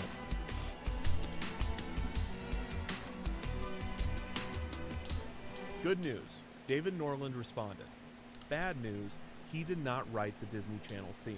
He started writing for the channel in 2007, so the mnemonic predated... iCarly is good. iCarly changed However, I still asked everything. if he'd be willing Yeah. to do an interview, because he wrote many instrumentals using the 4-note theme, and he very well might know who wrote it. Another reason I love to speak with him is because he started writing for the channel in 2007. When I saw that year, 2 words immediately came to mind. Ribbon Era. What? A common practice among those who study and teach history is to What's your separate type of long girl spans anyway? time and large... I don't have a type. Whoever I fall in love with, they end up becoming my type. I don't really have a type. I'm gonna eat dinner. See you later. Enjoy. amounts of information into smaller, more digestible eras. But how does one go about breaking apart history? Sometimes it's more obvious than others. For instance, the history of China is most often told through its dynasties, and it is very clear when each dynasty... Didn't know begins cavemen and raptors ends. were on Disney Disney's Channel. film history has also famously been separated into eras, such as the Golden Age, Silver Age, and the most well-known, the Disney Renaissance. While most breakdowns of the Disney animation eras explain... Nani was a baddie, bro. Damn, shoddy. Damn, Nani. Damn. Breakdowns of the Disney animation eras. I was a big fan of Nani. Reason for the change. I find that these eras are separated I just like less cute by girl. history and more by the quality of the films. Sometimes there is a historical reason for a dip in quality, such as the wartime era. But by the time you get to the post-Renaissance, the general reasoning for the distinction is, these are the less good ones. Except for the one that you love. That's my favorite too. So what about Disney Channel? How is its history separated by the fans that study it like the great epic that it is? Is it separated by TV shows, or what about the DComs? Oh, hell yeah. The general Camp Rock. consensus among fans is that Disney Channel... The Jump Rope movie. Surprisingly. Remember that was a thing. Oh my god. The Orlando Blue Jump Rope movie. Holy shit. Sorry, Corbin Blue. Corbin Blue? I always get this wrong. Corbin Blue. Not Orlando Blue. That's the guy from Pirates of the Caribbean. Corbin. His name is Corbin. Okay, cool. Fans is that Disney Channel history should be separated by the bumpers. This is not ahistorical, as each change in bumper design typically coincided with other significant changes to the channel in terms of branding and strategy. Still, the nomenclature is most Down-to-earth often chicks related that to are the super style of the humble have bumpers. always been The cute. era Of from course. 1983 to 1997 is typically labeled early beginnings, because most Disney Channel fans consider the channel's 1997 rebranding as the true start to I the feel like channel every as type they of person know it. has their own sort of 1997 cuteness. to 2002 is an obvious era, and is sometimes labeled the 3-block era, the Zoog Disney era, or the Mickey TV era. 2002 to 2007 is often referred to as the Bounce era, for the way the logo bounces around the screen during the bumpers. Okay. In 2007, the channel was given another refresh. Your hair like that is so elements from the cute. Bounce Thank era, you. With the main difference being I just wanted to updated relax music today, cues honestly. and bumpers that featured a ribbon twirling around the screen before forming the Disney Ah, Channel. ribbon. This era is thus referred to as the Ribbon Era. In 2010, the bumpers were refreshed once again, now placing the classic logo inside of a rounded square. This was just after Disney Channel began the switch to high Kim definition, Possible. allowing viewers to watch. Yeah, at I remember when 16:9 when she aspect sang ratio. the theme original song, digital on-screen channel graphic, like that in the little watermark movie. in the corner of the screen, referred to as a network bug, was designed with the 4:3 aspect ratio in mind. and probably looked a bit awkward moved out to the far corner while still being attached to the bottom. The same could be said for pretty much all of the bumpers since 2002, as the classic logo hugs the left side of the screen in a way that would leave far too much empty space in a widescreen format. The new rounded square look was a compromise, maintaining the design of the old logo, but placing it in a square that could be centered on the screen or placed equidistant from the corner. I imagine this entire era of television was annoying for those making The rock bumpers, music because stuff in the consumers were early still making the 2000s show, like The transition to Kids Next HD, Door and and mostly channels were Cartoon Network, was simulcasting in great. standard definition and high definition. I This love meant that you Kids would need Next to make Door. your bumper in 16:9, I watch that but none shit of the critical constantly. elements could be pushed to the side. This resulted in a product that, when viewed in widescreen, feels too centered, because rather than this box being the area for all of your titles, you actually had to put them in this box. This also made the wand IDs look a bit awkward in this era when broadcast in HD, but we did get to see the dog with a blog wand ID, and he drew that logo way better than those kids. Good boy. Good boy. In 2014, the rounded square era ended, and Disney Channel The fans new lost shit's the logo awful. that had been a staple of the channel since I haven't 2002. seen any. The new logo removed the Any. logo I haven't for seen any. years, The instead only choosing to put new cartoon theme song I've seen was Steven Universe, and that one's pretty. That one's nice. That one's iconic. ears on the dot of the eye in Disney. The wand IDs remained, with some major alterations. Instead of holding a giant glowing stick, the stars now held a wizard's wand. Instead of drawing the classic logo, the stars only drew the ears on the eye. And instead of being on a white background, the stars were placed in front of a generic location. In 2017, this changed to a colored background. And in 2018, the white background returned, as did the glow stick. These newer eras of Disney Channel have been separated into the glass or family era, the social media era, and most recently, the item age. Because there's items in the bumpers. You can work on Creative. them, there's still time. So this leads to the obvious question. Star versus the Forces Which of era Evil. is best? Oh. The answer is whichever era you watched as a kid. Yes. But if you looked at just pure popularity, then the Disney Channel peaked during the Ribbon era in 2007. There was a This show on helped Disney in that would large come on part at by the night premiere of High School Musical 2, with a which talking was fish watched in by it. 17.24 million A people. talking This broke fish. the record not only for the most I don't watched premiere remember. of a Disney Channel original movie, but also the record for the most watched program premiere on cable ever. That's all of cable ever. It broke the record set the previous year High School by a Musical Monday Night 2? Football game, Yeah, I which remember. itself broke a I remember. I remember where I was. Everyone was talking about this shit. Everyone was super hyped about High School Musical 2. They were like, guys, High School Musical 2 is it's airing tonight. I remember that shit. ever. It broke the record set the previous year by a Monday Night Football game, which itself broke a record set by the Al Gore-Ross Perot debate over NAFTA in 1993. It is obvious why High School Musical 2 was able to achieve this feat. The debate over NAFTA was an intense and important argument between two powerful political rivals, and Monday Night Football is consistently popular as it broadcasts the intensity and suspense of athletics. High School Musical 2 was able to combine these two ratings winners by showcasing both the drama of sports as well as a tantalizing debate, rather than So stupid.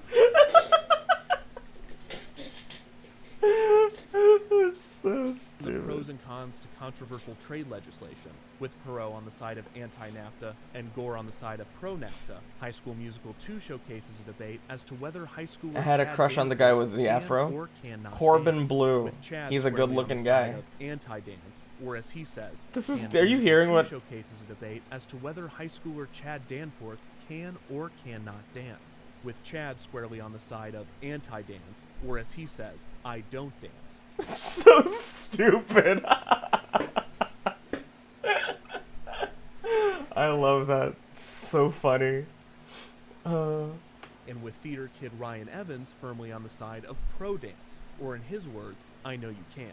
This back and forth captured America in a The way politics that of neither High the School NAFTA Musical debate or 2. Monday Night Football could do on their own. When Chad replies to Ryan's assertion that he knows that he can dance, Chad, like a bullwhip, retorts, Not a chance. 17 million people watched this premiere. If you clicked on this video, you were probably one of them. It impacted some more than others. In 2007, Disney Channel. You know had they probably inexplicably change It clothing. impacted a million people watched this premiere. If you clicked on Look, this look. video, Chad, red jacket. Ryan, white shirt, striped hat. you were probably one of them. It impacted Ryan, red jacket. Chad, white shirt, striped hat. What the fuck? What the fuck? What was that about? Why did they switch clothes? Impacted some more than others. In 2007, Disney Channel had an average of 2.69. Does that mean they're million BFs or viewers, something? Which at the time was the largest audience in the history of cable. This was the peak in the channel's popularity, as more television viewers, especially children, moved away from cable and to the internet. Disney Channel's viewership fell dramatically.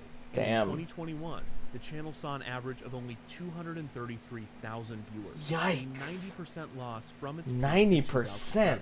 2007, the year that the Disney Channel peaked in viewership, the year that Disney Channel entered the ribbon era, the year that Disney Channel You know the resort hired they a new rented for High School composer Musical to write still music there? for It was the an actual films, resort? a composer that just agreed to an interview.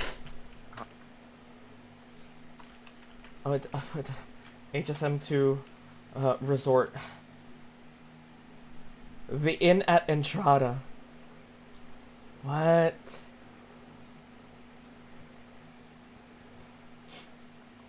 Go away. Lovely Inn. High School Musical 2 was filmed here. They should advertise that. The scene with Bet on it displayed the lovely golf course in a very dramatic way. Fabulous showcased how wonderful the pool was. Cool. That's a neat little thing. Hi, my name's David Norland. I'm a composer. I worked on the Disney Channel. You spell her Summer name like Games this, from Sharpay. around 2007 to around 2014. I've never been anything but a musician. I was educated classically up till the age of 11 or 12 when I discovered the electric guitar and took a hard left turn. I started doing work for I don't various dance, I know you animation can, companies not a and chance. production companies. I guess through word of mouth, I got a call from this guy one day who was at the time the creative director for a channel that doesn't exist anymore. It's a channel called SoapNet. SoapNet. SoapNet. SoapNet. The new way to watch soaps. He got Oh. into music, and we developed this relationship. Soap He got from operas. there to Okay. the creative director for Disney Channel.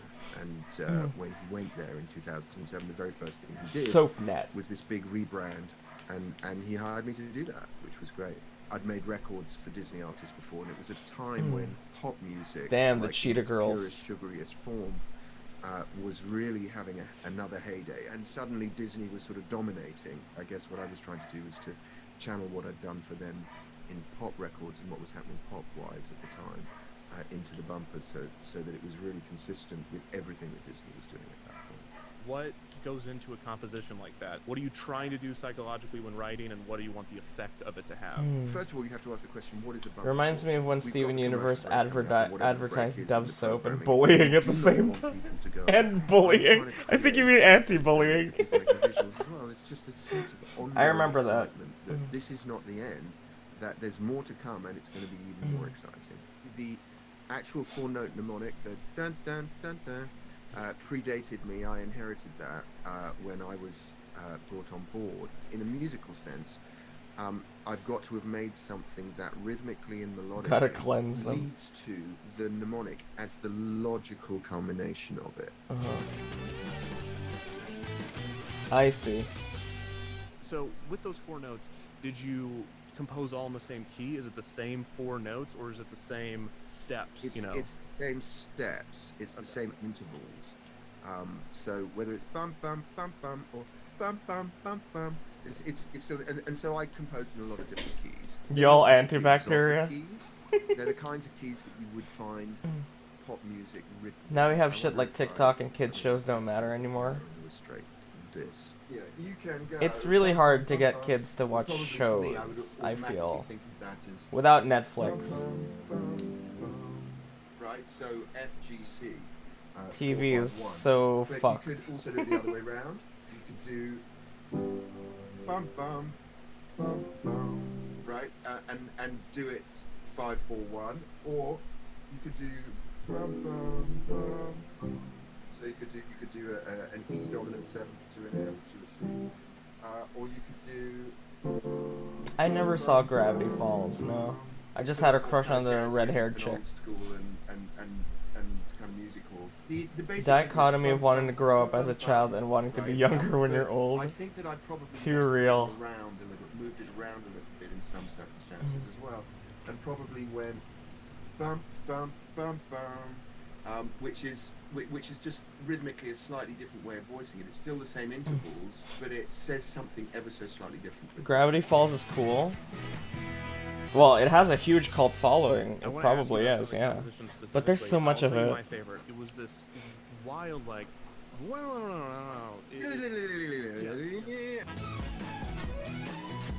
that one was originally scored to one which had a particular ribbon movement around it, and the string runs reflected precisely the ribbon movement.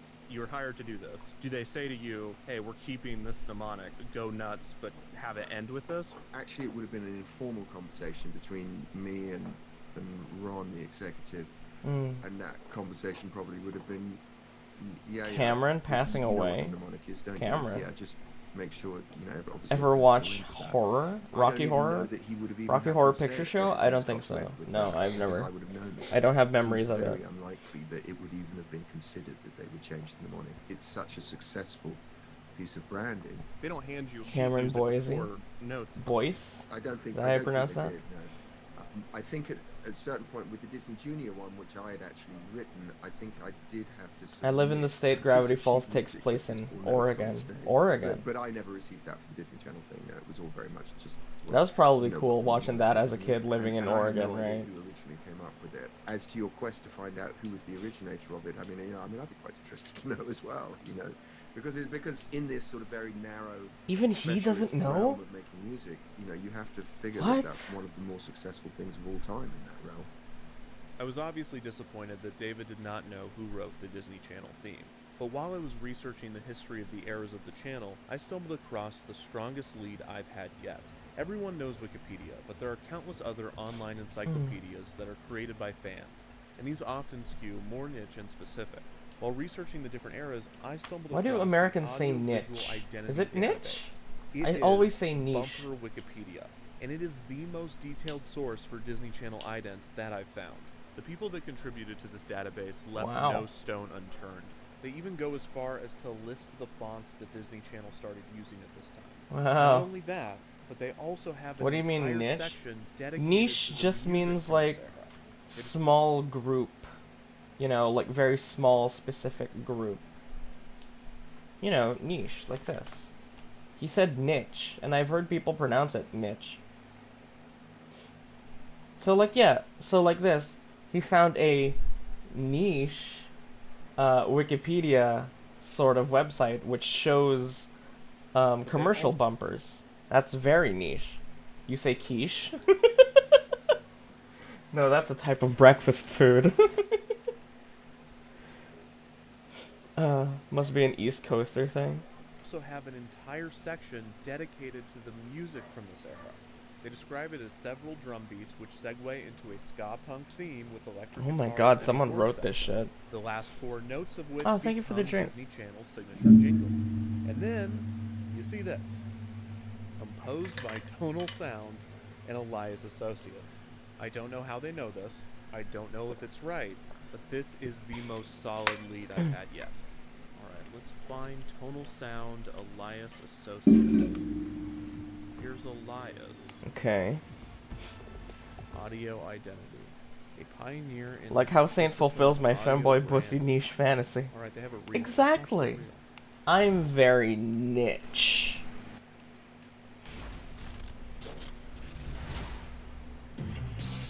Oh, the MTV Moon Man. That's famous. And that annoying Liberty one. Yahoo! They made Yahoo? And Intel? They made so many of these. Oh my god. And Honda? We are farmers. Bum, ba-dum, bum, bum, bum, bum. Man. No way. Who are these people? They made this one? Got to be kidding me. I What? didn't see Disney Channel. What? But I just saw pretty much everything else. That is every Illuminati. sound I have ever Fucking Illuminati, bro. Yahoo!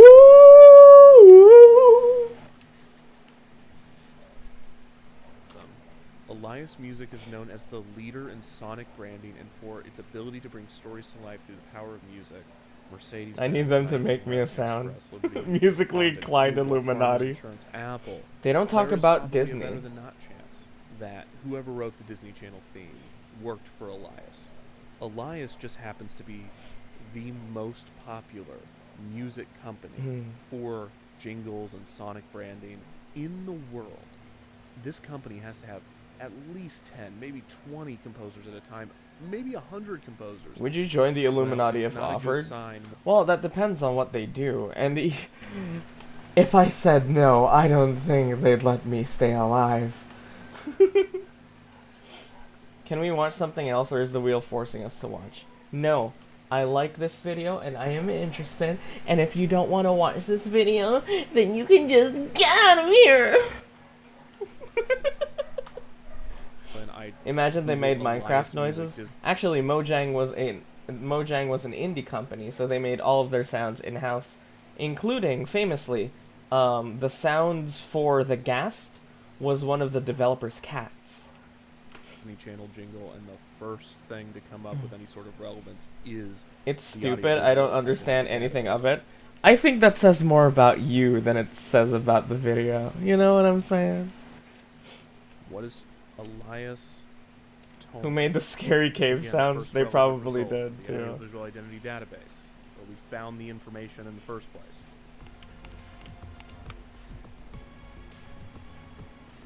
Okay, here we go. Alex Osarenko, a composer, founded Tonal Sound in New York City in 2002, and one of Tonal's clients was Disney Channel. Disney Channel. And here's a link to their website. What? Okay, Tonal Sound does not exist anymore. You would search for Tonal Sound Alex Osarenko. I think that's an obituary. Oh, fuck. He's dead? Yeah, he passed away 2 years ago. Oh, damn. Alex Osarenko was my creative director for over 10 years during our shared time at Elias Arts. So it seems that Alex Osarenko moved from Elias to Tonal in 2002. Now we have no when the answers. Disney Channel stuff was being written, which might be why both companies are credited here. Uh. And I just keep seeing the tonalsound.com. Gosh darn it. Oh wait, the Wayback Machine. I'm leaving. Fuck English. Bye! Don't let the door hit ya where the good Lord split ya. We don't have anything from 2002, but we do have stuff from 2003. Look at this old website. Oh my god. The Wayback Machine. Oh my god. The Wayback Machine. Andy Solomon, Eric Perlmutter, Michelle King. Andy Solomon is the VP of Operations at Definition 6, and he worked for Elias Arts and Tonal Sound. Andy's a producer. What's the Wayback Let's look for Machine? Eric. It's a website where you can look at old websites that don't exist anymore. And like old versions of websites, so you could like go back to the old version of Facebook where it was still called thefacebook.com, stuff like that. Perlmutter. Eric Perlmutter. Good morning. Oh my god. Had to be Disney archived, Channel yeah. movie Why didn't opened anyone in tell me about the 2002 suitor? old version. It can't be. It is! Oh my gosh. And this is Eric's company. He's crediting himself for writing it. This doesn't mean he wrote the theme, but the fact that we know that he at least wrote Let's I hope Watch that the guy's Disney in the Channel Discord. movie, I don't think he is. that's a win. I needed that. I don't release the Discord link very often. So our initial lead from the Audiovisual Identity Database was Elias Whitehouse.com. What is that? Through our research, we found that Alex Osarenko was a creative director. A website for the White House, I started with presume. Elias and then founded Tonal. We also found that he has unfortunately passed Stop. away. No. We know this What is because it? Another composer, Fritz Dottie, wrote a tribute to Alex, in which It he is and not. What Alex is and it? him worked at Elias at the same time. Don't click This on means that stream. Fritz is Uh-oh. also on the suspect list. Through the Archive Tonal website, we found mention of Andy Solomon. And I'm gonna check out the old Roblox He was a website. Go producer, for it. But Eric was definitely a composer, because through Eric's own website, we learned that he wrote the classic "Let's Watch a Disney It Channel" used movie to be opening porn, song. not anymore. After digesting all of this evidence, I am now confident that Eric Perlmutter, while working at Tonal Sound, wrote the Disney Channel theme in 2002. Did you write the Disney Channel theme? Didn't, no. Dude, He didn't fucking write it. do you know who wrote the Disney Channel theme? No, I don't. I still don't. Okay, what did you do for Disney Channel? So for the Disney Channel, I wrote a whole bunch of little bumpers, and then I actually did the music for Disney Tumblr Channel used to be a movie, place for porn. which, was Yeah. sort of separate from It caused the Disney great stuff. exodus. And, yeah, it turns out that people love Tumblr will never recapture its former glory. Doubt it. Were you given the lyrics, or did you write those lyrics? Let's start a Disney Channel movie. Is there any other lyrics? Let's watch a Disney Channel movie. We're gonna watch. And that's it. That's it. I don't know where I found the lyrics of the They just came to you. skills to put that into the world, but yeah, it happened. Wait, so you didn't write the theme, but you wrote with the theme. Yes, so we would have the theme, mostly for those. We just had so much fun with them that I think it was easy in that respect because they're so short. There's not really much time to make a statement. So the challenge was always find the essence of that 5-second. A singular person could have bought Tumblr. What are we looking for again? The person who wrote bum bum bum bum. Even this guy, who was so close to its birth, doesn't know who wrote it. I'm trying to think of one where the girl's jumping on her bed and it's a pillow fight and feathers are flying everywhere and it's over. Like you don't even have time to sort of set up an idea before it's done. It's kind of creepy. Yeah, it's so eerie. No one knows who wrote it. Let's see. Okay, I did that. I did this one with the freezer. What if we asked the guy from Disney, or is he dead? This is me. He's climbing up the ladder of people who are possibly connected. You're so cute, I'm tempted to donate.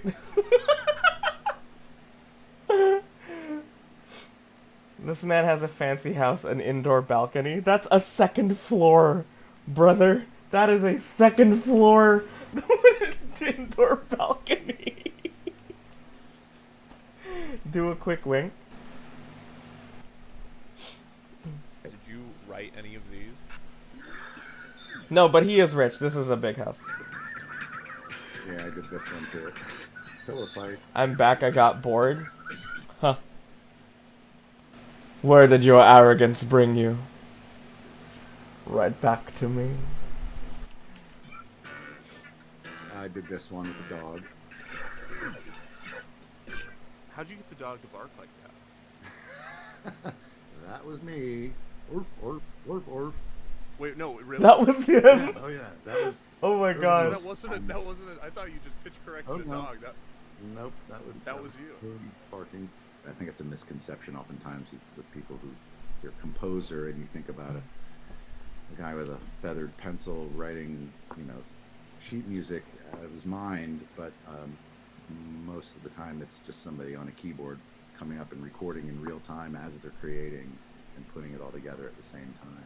But when it came to these notes, it was. Sorry, my moderator's sending me pictures of her at work. Elias Associates or Elias Arts. So from my research, it seems like Elias is a really He's such big a humble company, guy, to probably be the honest, it's biggest creeping me music out. house Who the hell for wrote the jingles beat? and sound stages. Exactly, Is right? that right? Absolutely, that was my understanding that they were the country's biggest, probably the world's biggest music house, bi-coastal at the time. He's obviously in an Illuminati compound. Trying to find It's a who nice wrote that compound. theme. Yes. It could have been probably dozens of people at the time. You pull a book off that shelf Yes, and it's a and I secret think room. The company. The YouTuber is getting close, everybody. Tried to harness this idea of. We must knowing stop the him. Here, a little bit of a name. The safest BGE streamer to be to adopt would be Zuzu because she caters to children Okay, more. thanks so much for doing this. But the My most last question, profitable did would you be work with Saint. a TV oven? Profitable. Okay. I'm actually having a lot of trouble finding who wrote this. When you pay for Disney, it's Disney's. So Disney wrote the Disney Channel thing. I feel a weird energy behind the bookshelf. Kevin Perjurer, that's his name. Annie, look under. Look under what? Look under what? Annie? Look under. I don't want to sound crazy, but you know those hackers that can hack anything? Can't they find out? It has to be information that is written down somewhere.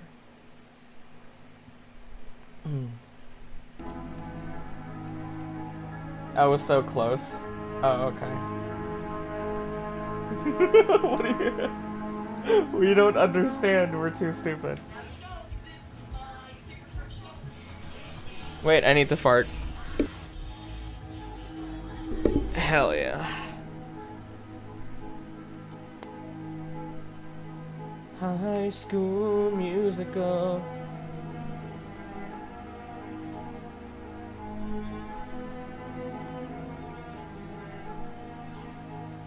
Man made you say underwear. Oh. Did you adjust your mic to fart?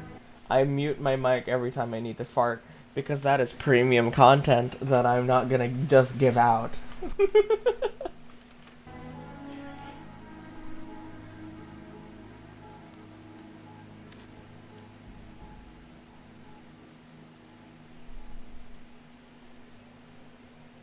Sniff, why is it spicy? Ew.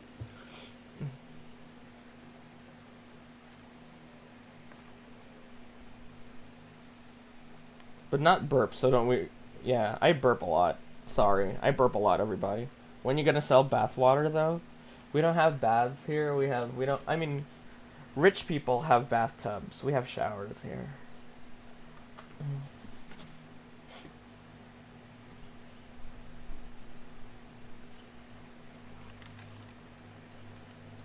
Dear future me. Earlier today, I was looking at the early Sims game before it blew up. When I grow up, I want to be an artist. Wow.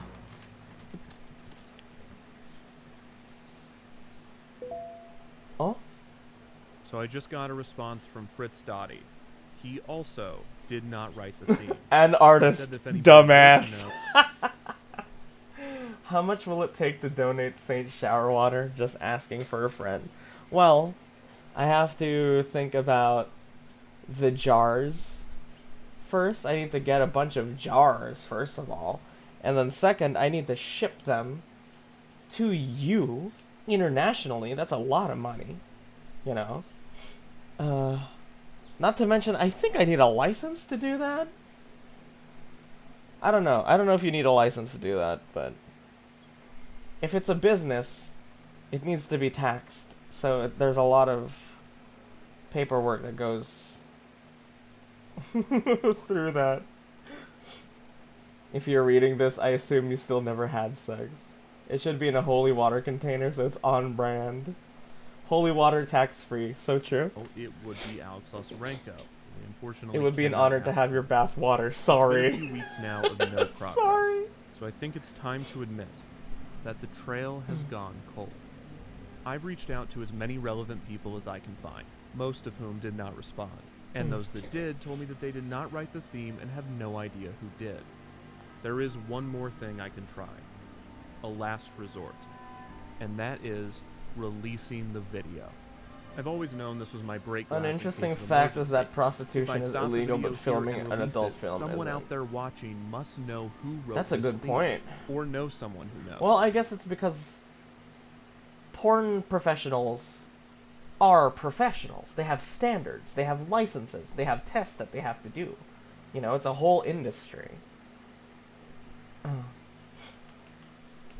Or at the very Yeah, least, extremely know who controlled he owns. environment.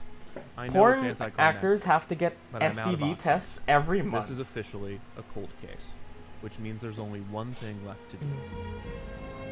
It's Being a really not professional at surprising that I've come up penetration. short. Bumpers, idents, interstitials, they are designed to be seamless. They are Amateur not meant porn to stand exists. out. Well, yeah, Why would but their they're not creators exactly be making money innovative? off of it. Well, OnlyFans is a thing, I guess. Can you sell your body on OnlyFans? Like a night with you? Can you do that? Isn't that prostitution? Is that illegal? Maybe I'm just making excuses. From the moment I started this investigation, I had an ending in mind. I thought it would be under more triumphant circumstances, but I hope it still plays well in Escort defeat. or And if I'm massage. being honest, I just really want to do this. So please indulge me. I'm Kevin Perjurer, and you're watching Disney Channel.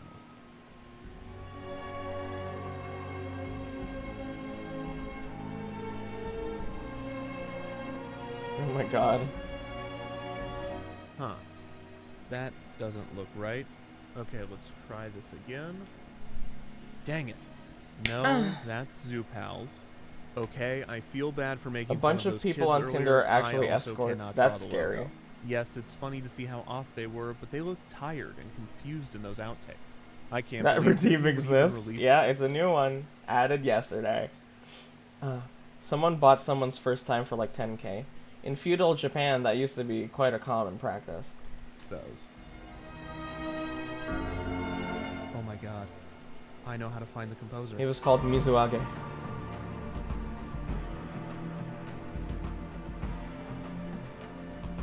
Okay, so I just had a revelation.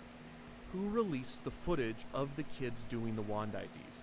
Because these are not funny bloopers. This is not a gag reel that would be included on a DVD. I don't know when Disney would have released this in any official capacity. So I'm thinking that someone else did. That someone would need to have access to the footage. So maybe it was someone internally, but more likely it was some company that worked on the project. Okay, this is a news organization that released the footage. Do you have a gag reel? Do I have a gag reel? My whole life is a gag reel. Channel promo BTS footage. This article does not mention where they got the footage. It just mentions that it was unearthed somehow. So this BuzzFeed article credits a Twitter account for uploading them, but then it also embeds YouTube links that are no longer available. I ate so much cheese, I'm happy I'm not lactose. Fresh article. Congratulations. Update, the playlist has been removed from public viewing. Who uploaded the playlist? What if I YouTube the playlist? Nothing. If I Google the playlist? Nothing. What if I just do this? We're getting somewhere. Oh my gosh.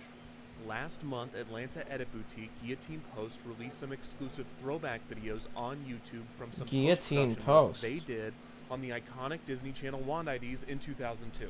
Here's Guillotine Post. They don't credit themselves for doing any Disney Channel stuff. This is Guillotine is a digital boutique in Midtown Atlanta. Oh my god. Glenn Owen. No, go back. Glenn Owen. G. That's Owen. G. Owen. That has to be G. Owen. State Line Films. Glenn Owen He found him. worked for Disney, Disney Channel. What is this? It's one of the 9/11 PSAs. The editor worked for director Glenn Owen. Oh my That is God. G. Owen. For Andrea Taylor at Disney Channel. Here's Andrea Taylor, Senior Vice President. Ladies on and air, gentlemen, Disney we Channel, got Toon him. Disney and SoapNet. Hey, that's the new way to watch soaps. January 2000 to January 2003 overhauled the network's image as a channel for sweet 6-year-old girls into a powerhouse that was cool for all kids. Can someone explain the logic of following a live channel and then just leaving? Attention. Rather, you wouldn't know if they left. Some people are just, what's the word? Lurkers, right? We could have... See, it says we have 22 viewers right now, which, that's a lot. Oh my god, thank you. But we don't have 22 people talking, so there are always lurkers like that. And they make up the majority of Twitch chatters. So, you might not know. They might still be here. I used to be a lurker. I was just shy, though. Well, thank you for speaking up. I'm an AI chatter. Responsible for all aspects of on-air promotion, packaging, stunting, marketing, advertising, Mhm. sales tapes, synergy projects, online activity, and short-form programming. Everything except the shows. That's what this I'm video at work, is about. yes. She has to know who wrote the theme. I really hope she responds to her inbox. So is my So my boyfriend. first question is, what Thank did you. you do at Disney Channel? My job was to create personalities for networks, change them around or make them different, and then go on to the next one. When I went to Lifetime, it was not a network for women. There was a lot of variety of program, including medical programming, and when the head of programming and Oh my God, group look at that said, hair. we're going to call this television for women, the head of ad sales said, Don't worry, oh my Saint. God, I we're didn't gonna cuck lose anyone so much money. today. This is Good. terrible. My job was to say, okay, here's what you got to do. Early in my career, I've been the associate creative director for sports promotion at TNT, and Andrea was the creative director there. And so when she He got started into working at contact Disney, with Glenn. she continued to use me and to direct and produce their promotional work. She used Patrick McDonough. Is it easy to get into contact? BRB got to send some emails. I mean, he's He said that most of the people he got into contact with didn't respond to him, so I don't think it is. Also, they probably only responded because he's Defunctland, and he has 1.43 million subscribers. designed so many networks. I had been working mostly in sports. Andrea Taylor, who we did a redesign for Comedy Central. She then went to TNT. We did a redesign for TNT. Andrea went to Disney. That's how we started. BRB got to create a brand. The Disney brand and the Disney You're telling me Channel I can just movies, slowly the end up Bond talking to the IDs. Chumley. I was The recruited Chumley? from TNT to go to Disney to turn it from I looked a up his network name and that can't was find two anything. things. They had a That's younger probably why section that was like Baron this guy Davis's found house. such a hard time. Oh, from Pawn Stars. Is this that Disney Channel theme video I keep hearing about? Exactly. Yeah. I kept hearing about it too, so I was interested. 6-year-old girly stuff. The goal was to turn it into a tween sensation. We knew that that's where Disney Channel Why doesn't he could have fit social in media? and win and be I amazing. don't know. It meant changing the programming, but that would take a little longer. But as you know, Disney didn't have commercials. So you had 40 minutes an hour of programming, and then I had 20 minutes an hour to film. And a lot of that was really clever synergy programming. Were you told by someone higher up what you needed to promote? There was a meeting every week. I feel okay watching you at work since you never show you never show skin. I'm just not like that. Are we gonna watch H Bomber Guy's oof video next? I kind of feel like playing something, because we've been watching since we started streaming. So I might play a little bit and then watch that. Video from these meetings. When the Disney Also, was Wavy Web Surf released a video about the chicken sandwich killer. That sounds interesting. their movie was I feel like they coming out, never there was acknowledged him as a meeting worker. They for probably someone to did. It's just these public records are kind of hard to find. The next group was They don't the- even count as public records, honestly. We've got the lunch boxes, and this started at least a year before the movie came out. I started selling you stuff about Finding Nemo a year and a half before Nemo came out. I think we called them fishy facts, and it was all stuff to get Whose name kids did you say? interested in Glenn fish, so Owens. that when it came out, you liked fish. And these kids were like, "This is perfect because I'm already into fish coincidentally." Uh-huh. But they were. It was not a coincidence. No. Okay, that's a little sinister. What is a network personality? It's the feeling that you get that relates to that channel or that brand. Oh, the person who made the chicken video? Wavy Web Surf. And whether that's based on pacing or tempo or instrumentation or color or typography, animation. So all these different elements come together to create this vibe, feeling, essence. The psychology of branding a network, it's the same as creating a fan for anything. You want you to be their first Man, choice this looks when like they're Martin going to look at stuff. Scorsese, Like, oh, so that's true. My channel. So the competition was Nickelodeon and Cartoon Network. So Cartoon Network was much more in your face, looked at more for boys, because it was more loud. For boys, The yeah. philosophy at Nickelodeon was us versus them, kids versus the rest of the world, whereas Disney was never an us versus them. Parents always felt better about Disney. What do you remember about Interesting. Zoom Disney? Zook was a weird thing. That was like a foray into the online world and the gaming world, and creating sort of this existential world for kids. Technology wasn't necessarily where we needed it to be. It turned into a different thing. Do you remember Zoo? I talked to this music, this Oh, we did musician some- on we did Insta before his we music did blew some- blew we did up. s- That's cool. There was a Zoog programming block. I think. Do you remember Zoog movie?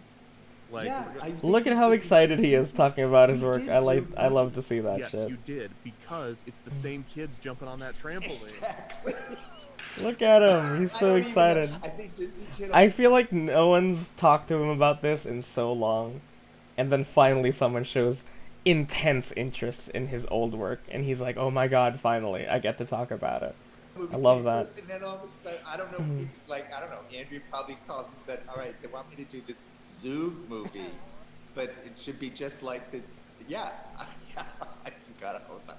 We always would say, you know, like the jumping movie open. Those kids are probably all like parents and decrepit old people now.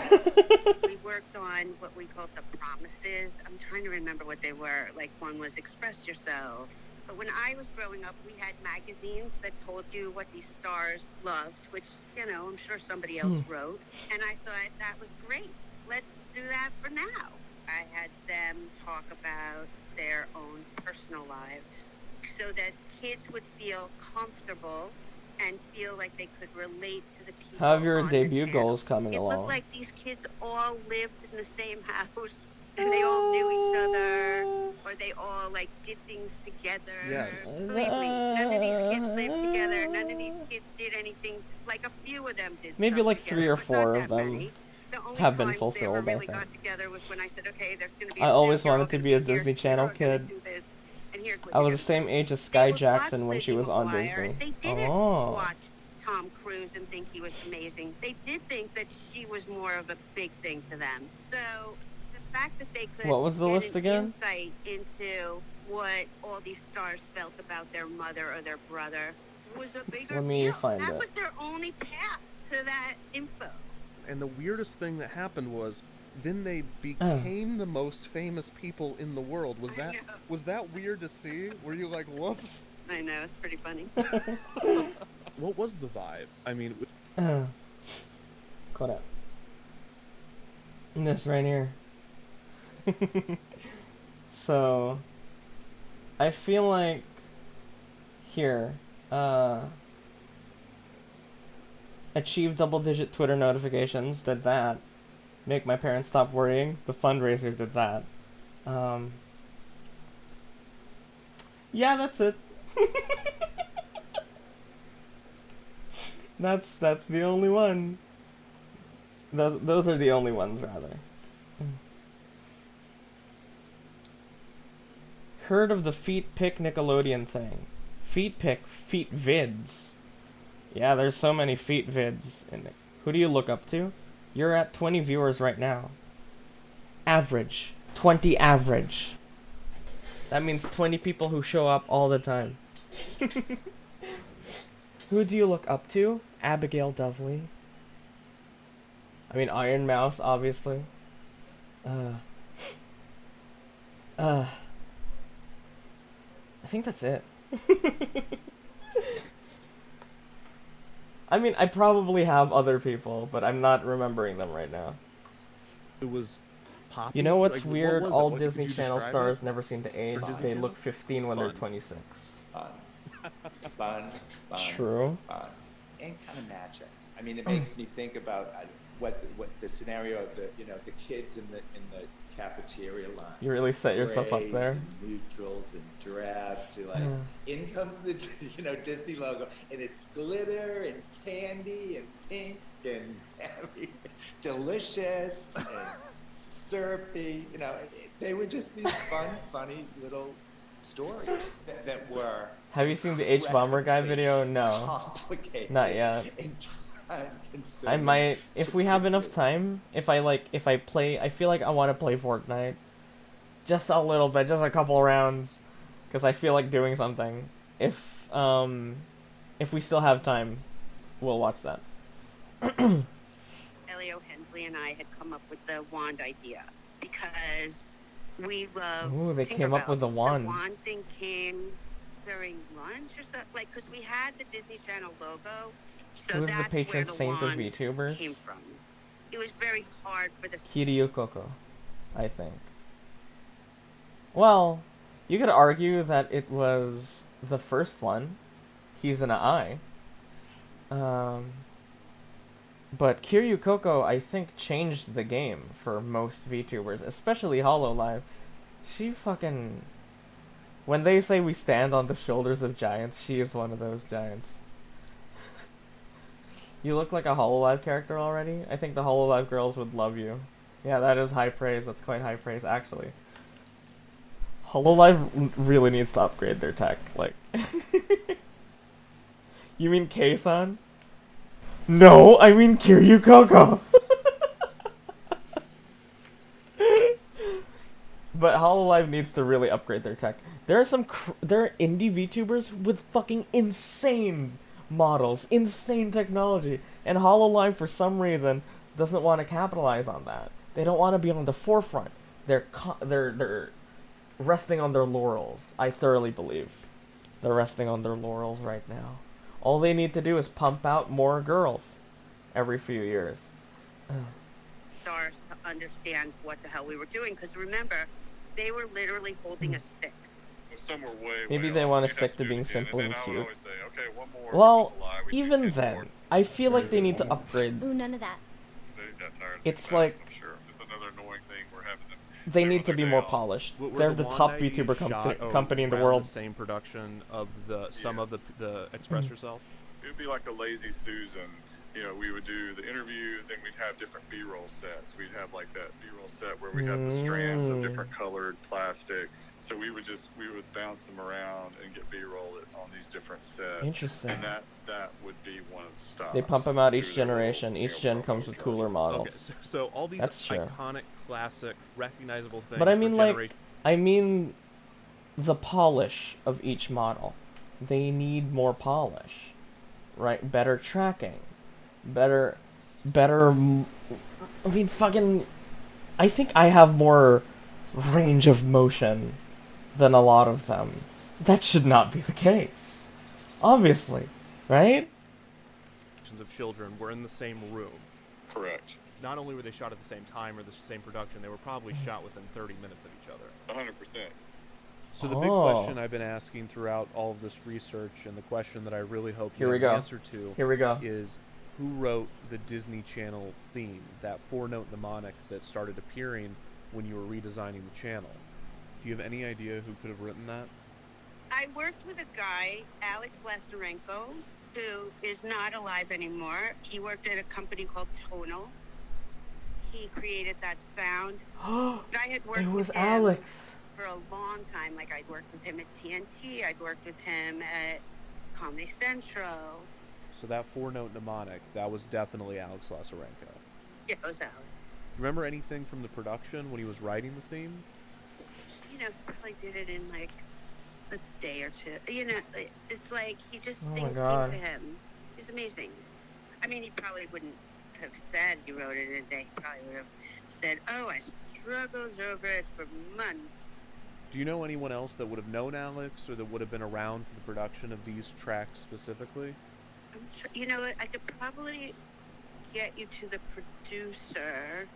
I'm trying to think of the name. Now I can't remember his name. Who was the producer on it? Andy Solomon? Andy Solomon. That's who produced it. Hi, I'm Andy Solomon, VP of Oh Operations. my god. Alex made it, yeah. And he's dead. And people don't know he made it. And he died without people realizing it was him. Well, outside of a handful of people. For Definition 6, formerly for Elias Arts and Tonal. So when you started at Elias, is that when you met Alex? Yeah, right away when I started at Elias, I started as a producer, so he was the creative director on all the jobs. I assumed it wasn't Alex because he was always listed as creative director, executive owner, eventually with Tonal. Through talking to him, he was also composing. XXX Wicked Bangers up there. Did they ever announce it on Disney? If they did, this video would be 2 minutes long. I don't think they did. Things, but had a knack for memorable melodies, it was almost like you could say the words to his melody, like whether it was Disney Channel, and I forget. You know, we Gonna did have to go. I need to work start my for day. Encore, Thank you for staying. years I hope you ago, have a and it was nice two day notes, today. and we'd always go, Bye bye. "Encore." We have 2 hours of You the know, and stream that left, was everybody. The melody. That's rude that they So, didn't give him the you know, half recognition. joking, but I Yeah. also think that was part of his process as well. Do you know anyone else that I could speak to about Alex? His sister Lisa. Do you know Lisa Lesarenko? If you ever spent time around Alex, you would notice even when he was just casually sitting still, his right hand was almost like he had an invisible pen in his hand writing music. His right hand was always writing. I think in his mind, he was always thinking of things in a musical perspective. I noticed towards the end of his life he was credited alongside a David Little. Do you have his information? My name's David Little.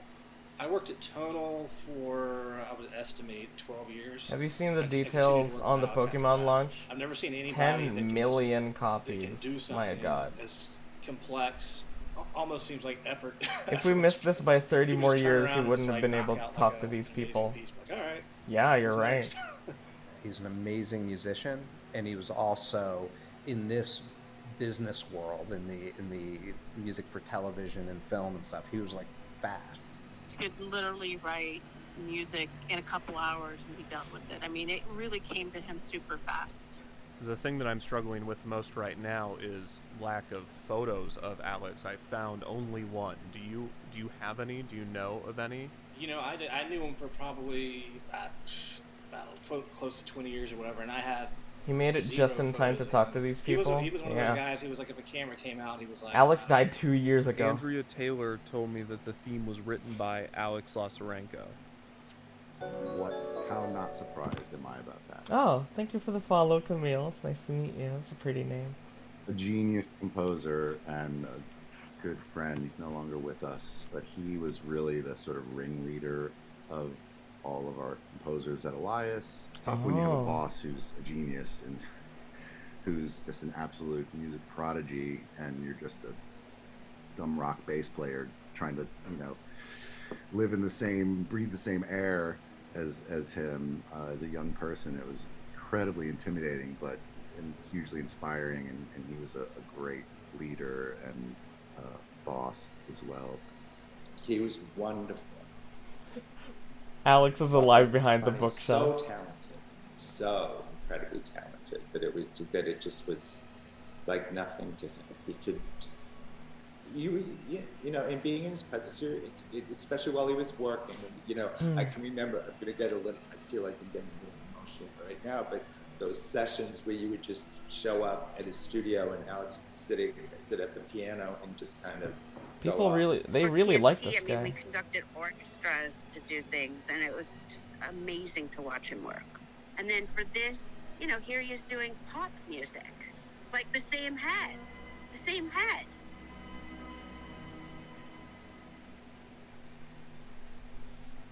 Bandwagoners.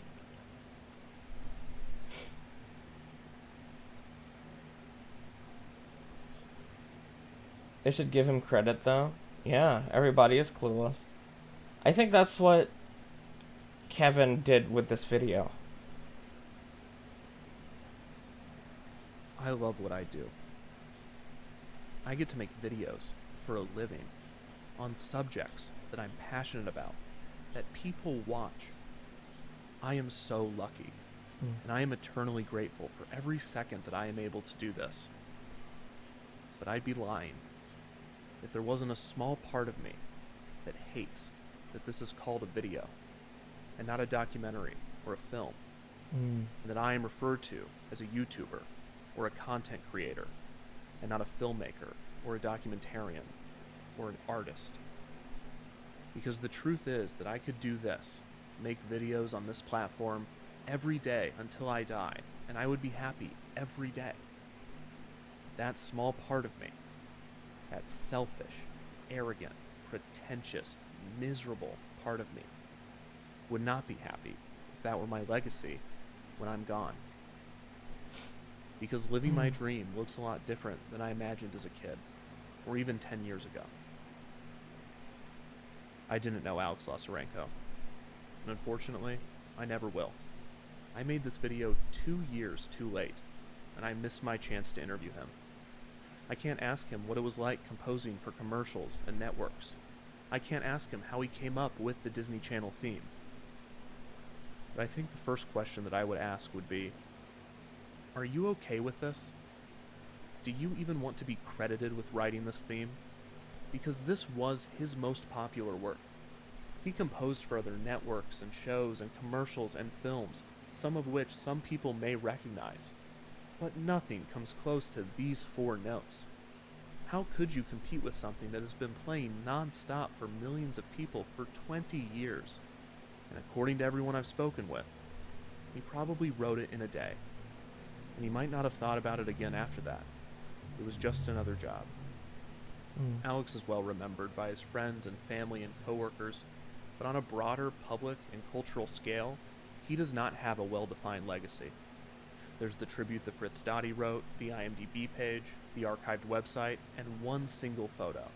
But when I release this video and credit him for composing this theme, thanks it for will the drink. likely become the thing that he is known for. And I'm hesitant Sorry, to do I'm that. like really pulled into I'm this. hesitant to condemn someone else to the fate that I fear for myself. And worse, in this case, it's just 4 notes. There is an obvious solution to this, and that is to expose you to some of Alex's other work while I have your attention, to give you a broader sense of his talents and artistry outside of this 4-note mnemonic. I could play a few clips from his other compositions. I could link to some of his work and encourage you to go listen to it on your own. But I don't have to, because you've already listened to his music. In fact, you're listening to it right now, and you have been the whole time, since the beginning. You've been listening to the music of the late Alex Lazarenko.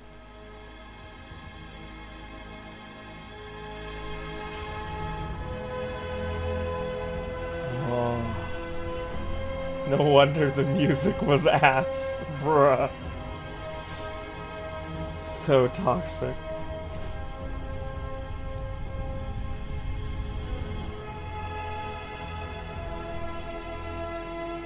Wow.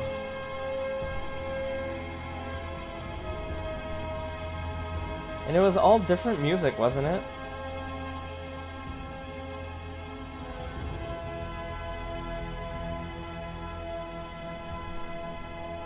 That's him. They found the guy.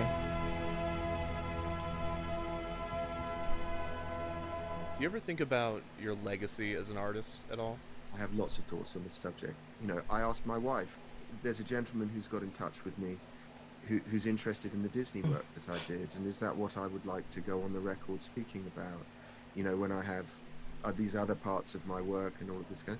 And then I thought, well, you know, I brought to it everything that I bring to everything that I do. Perhaps there's a sort of a grandiosity in the artist, in all of, probably in every artist, that wants to be the person who is remembered as, you know, the great, the serious, the world-changing.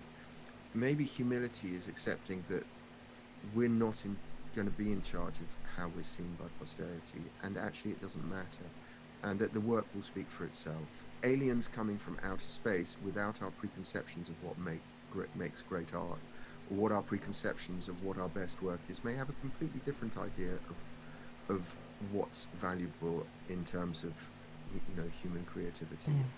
A 4-note mnemonic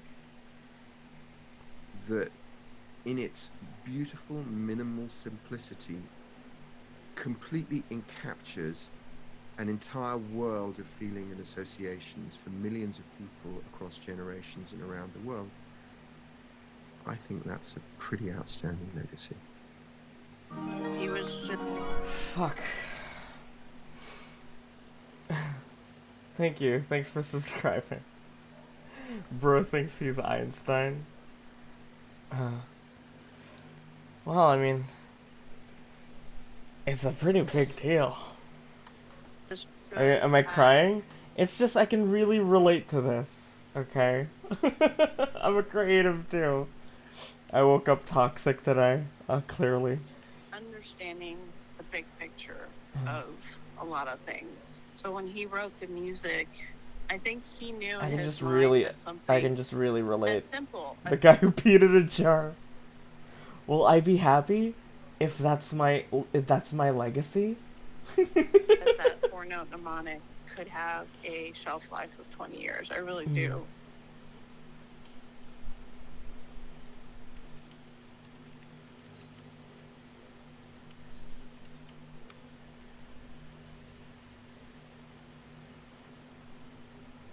Tell a story later.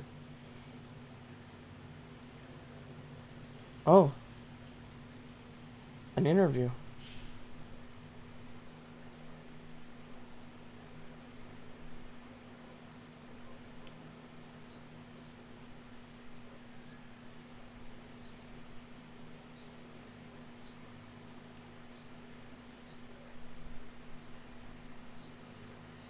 Damn. No regrets.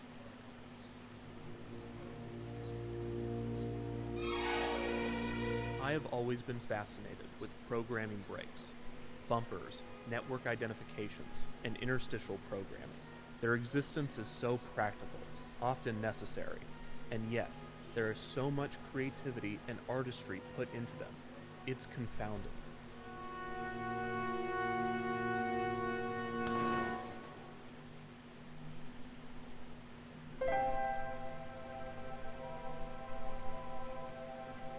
There is a part of me that wants to believe that the truest art, the most worthy, the most important, is the art which is created purely out of love for the form, the art that takes the longest to create, and the art that has the most to say.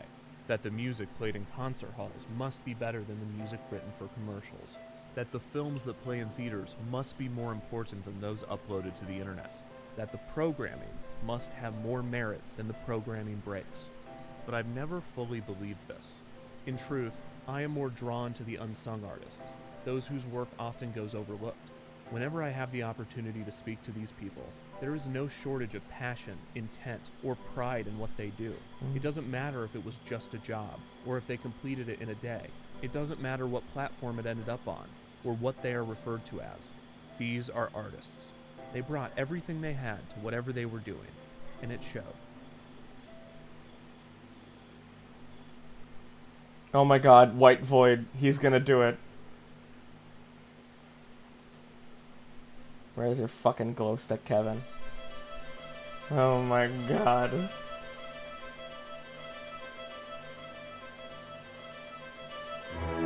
In the end, the production of a work is only half of the process.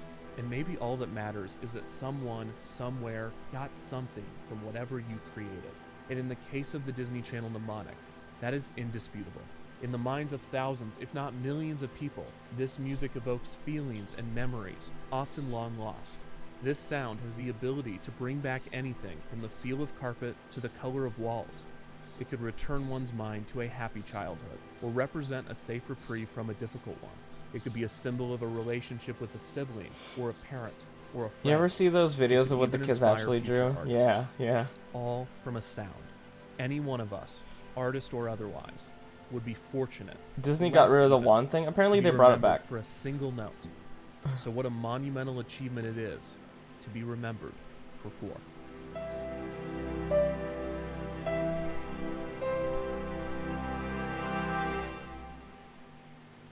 Wow.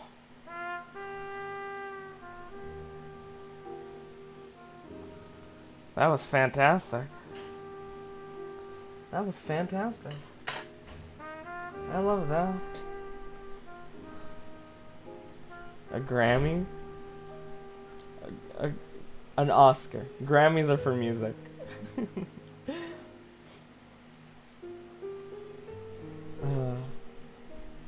Want to do the Brit Monkey one now?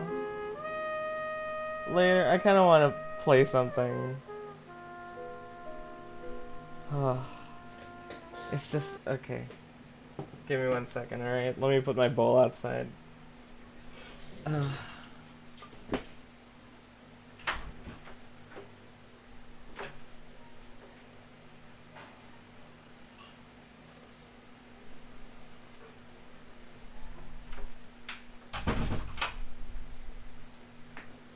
Okay.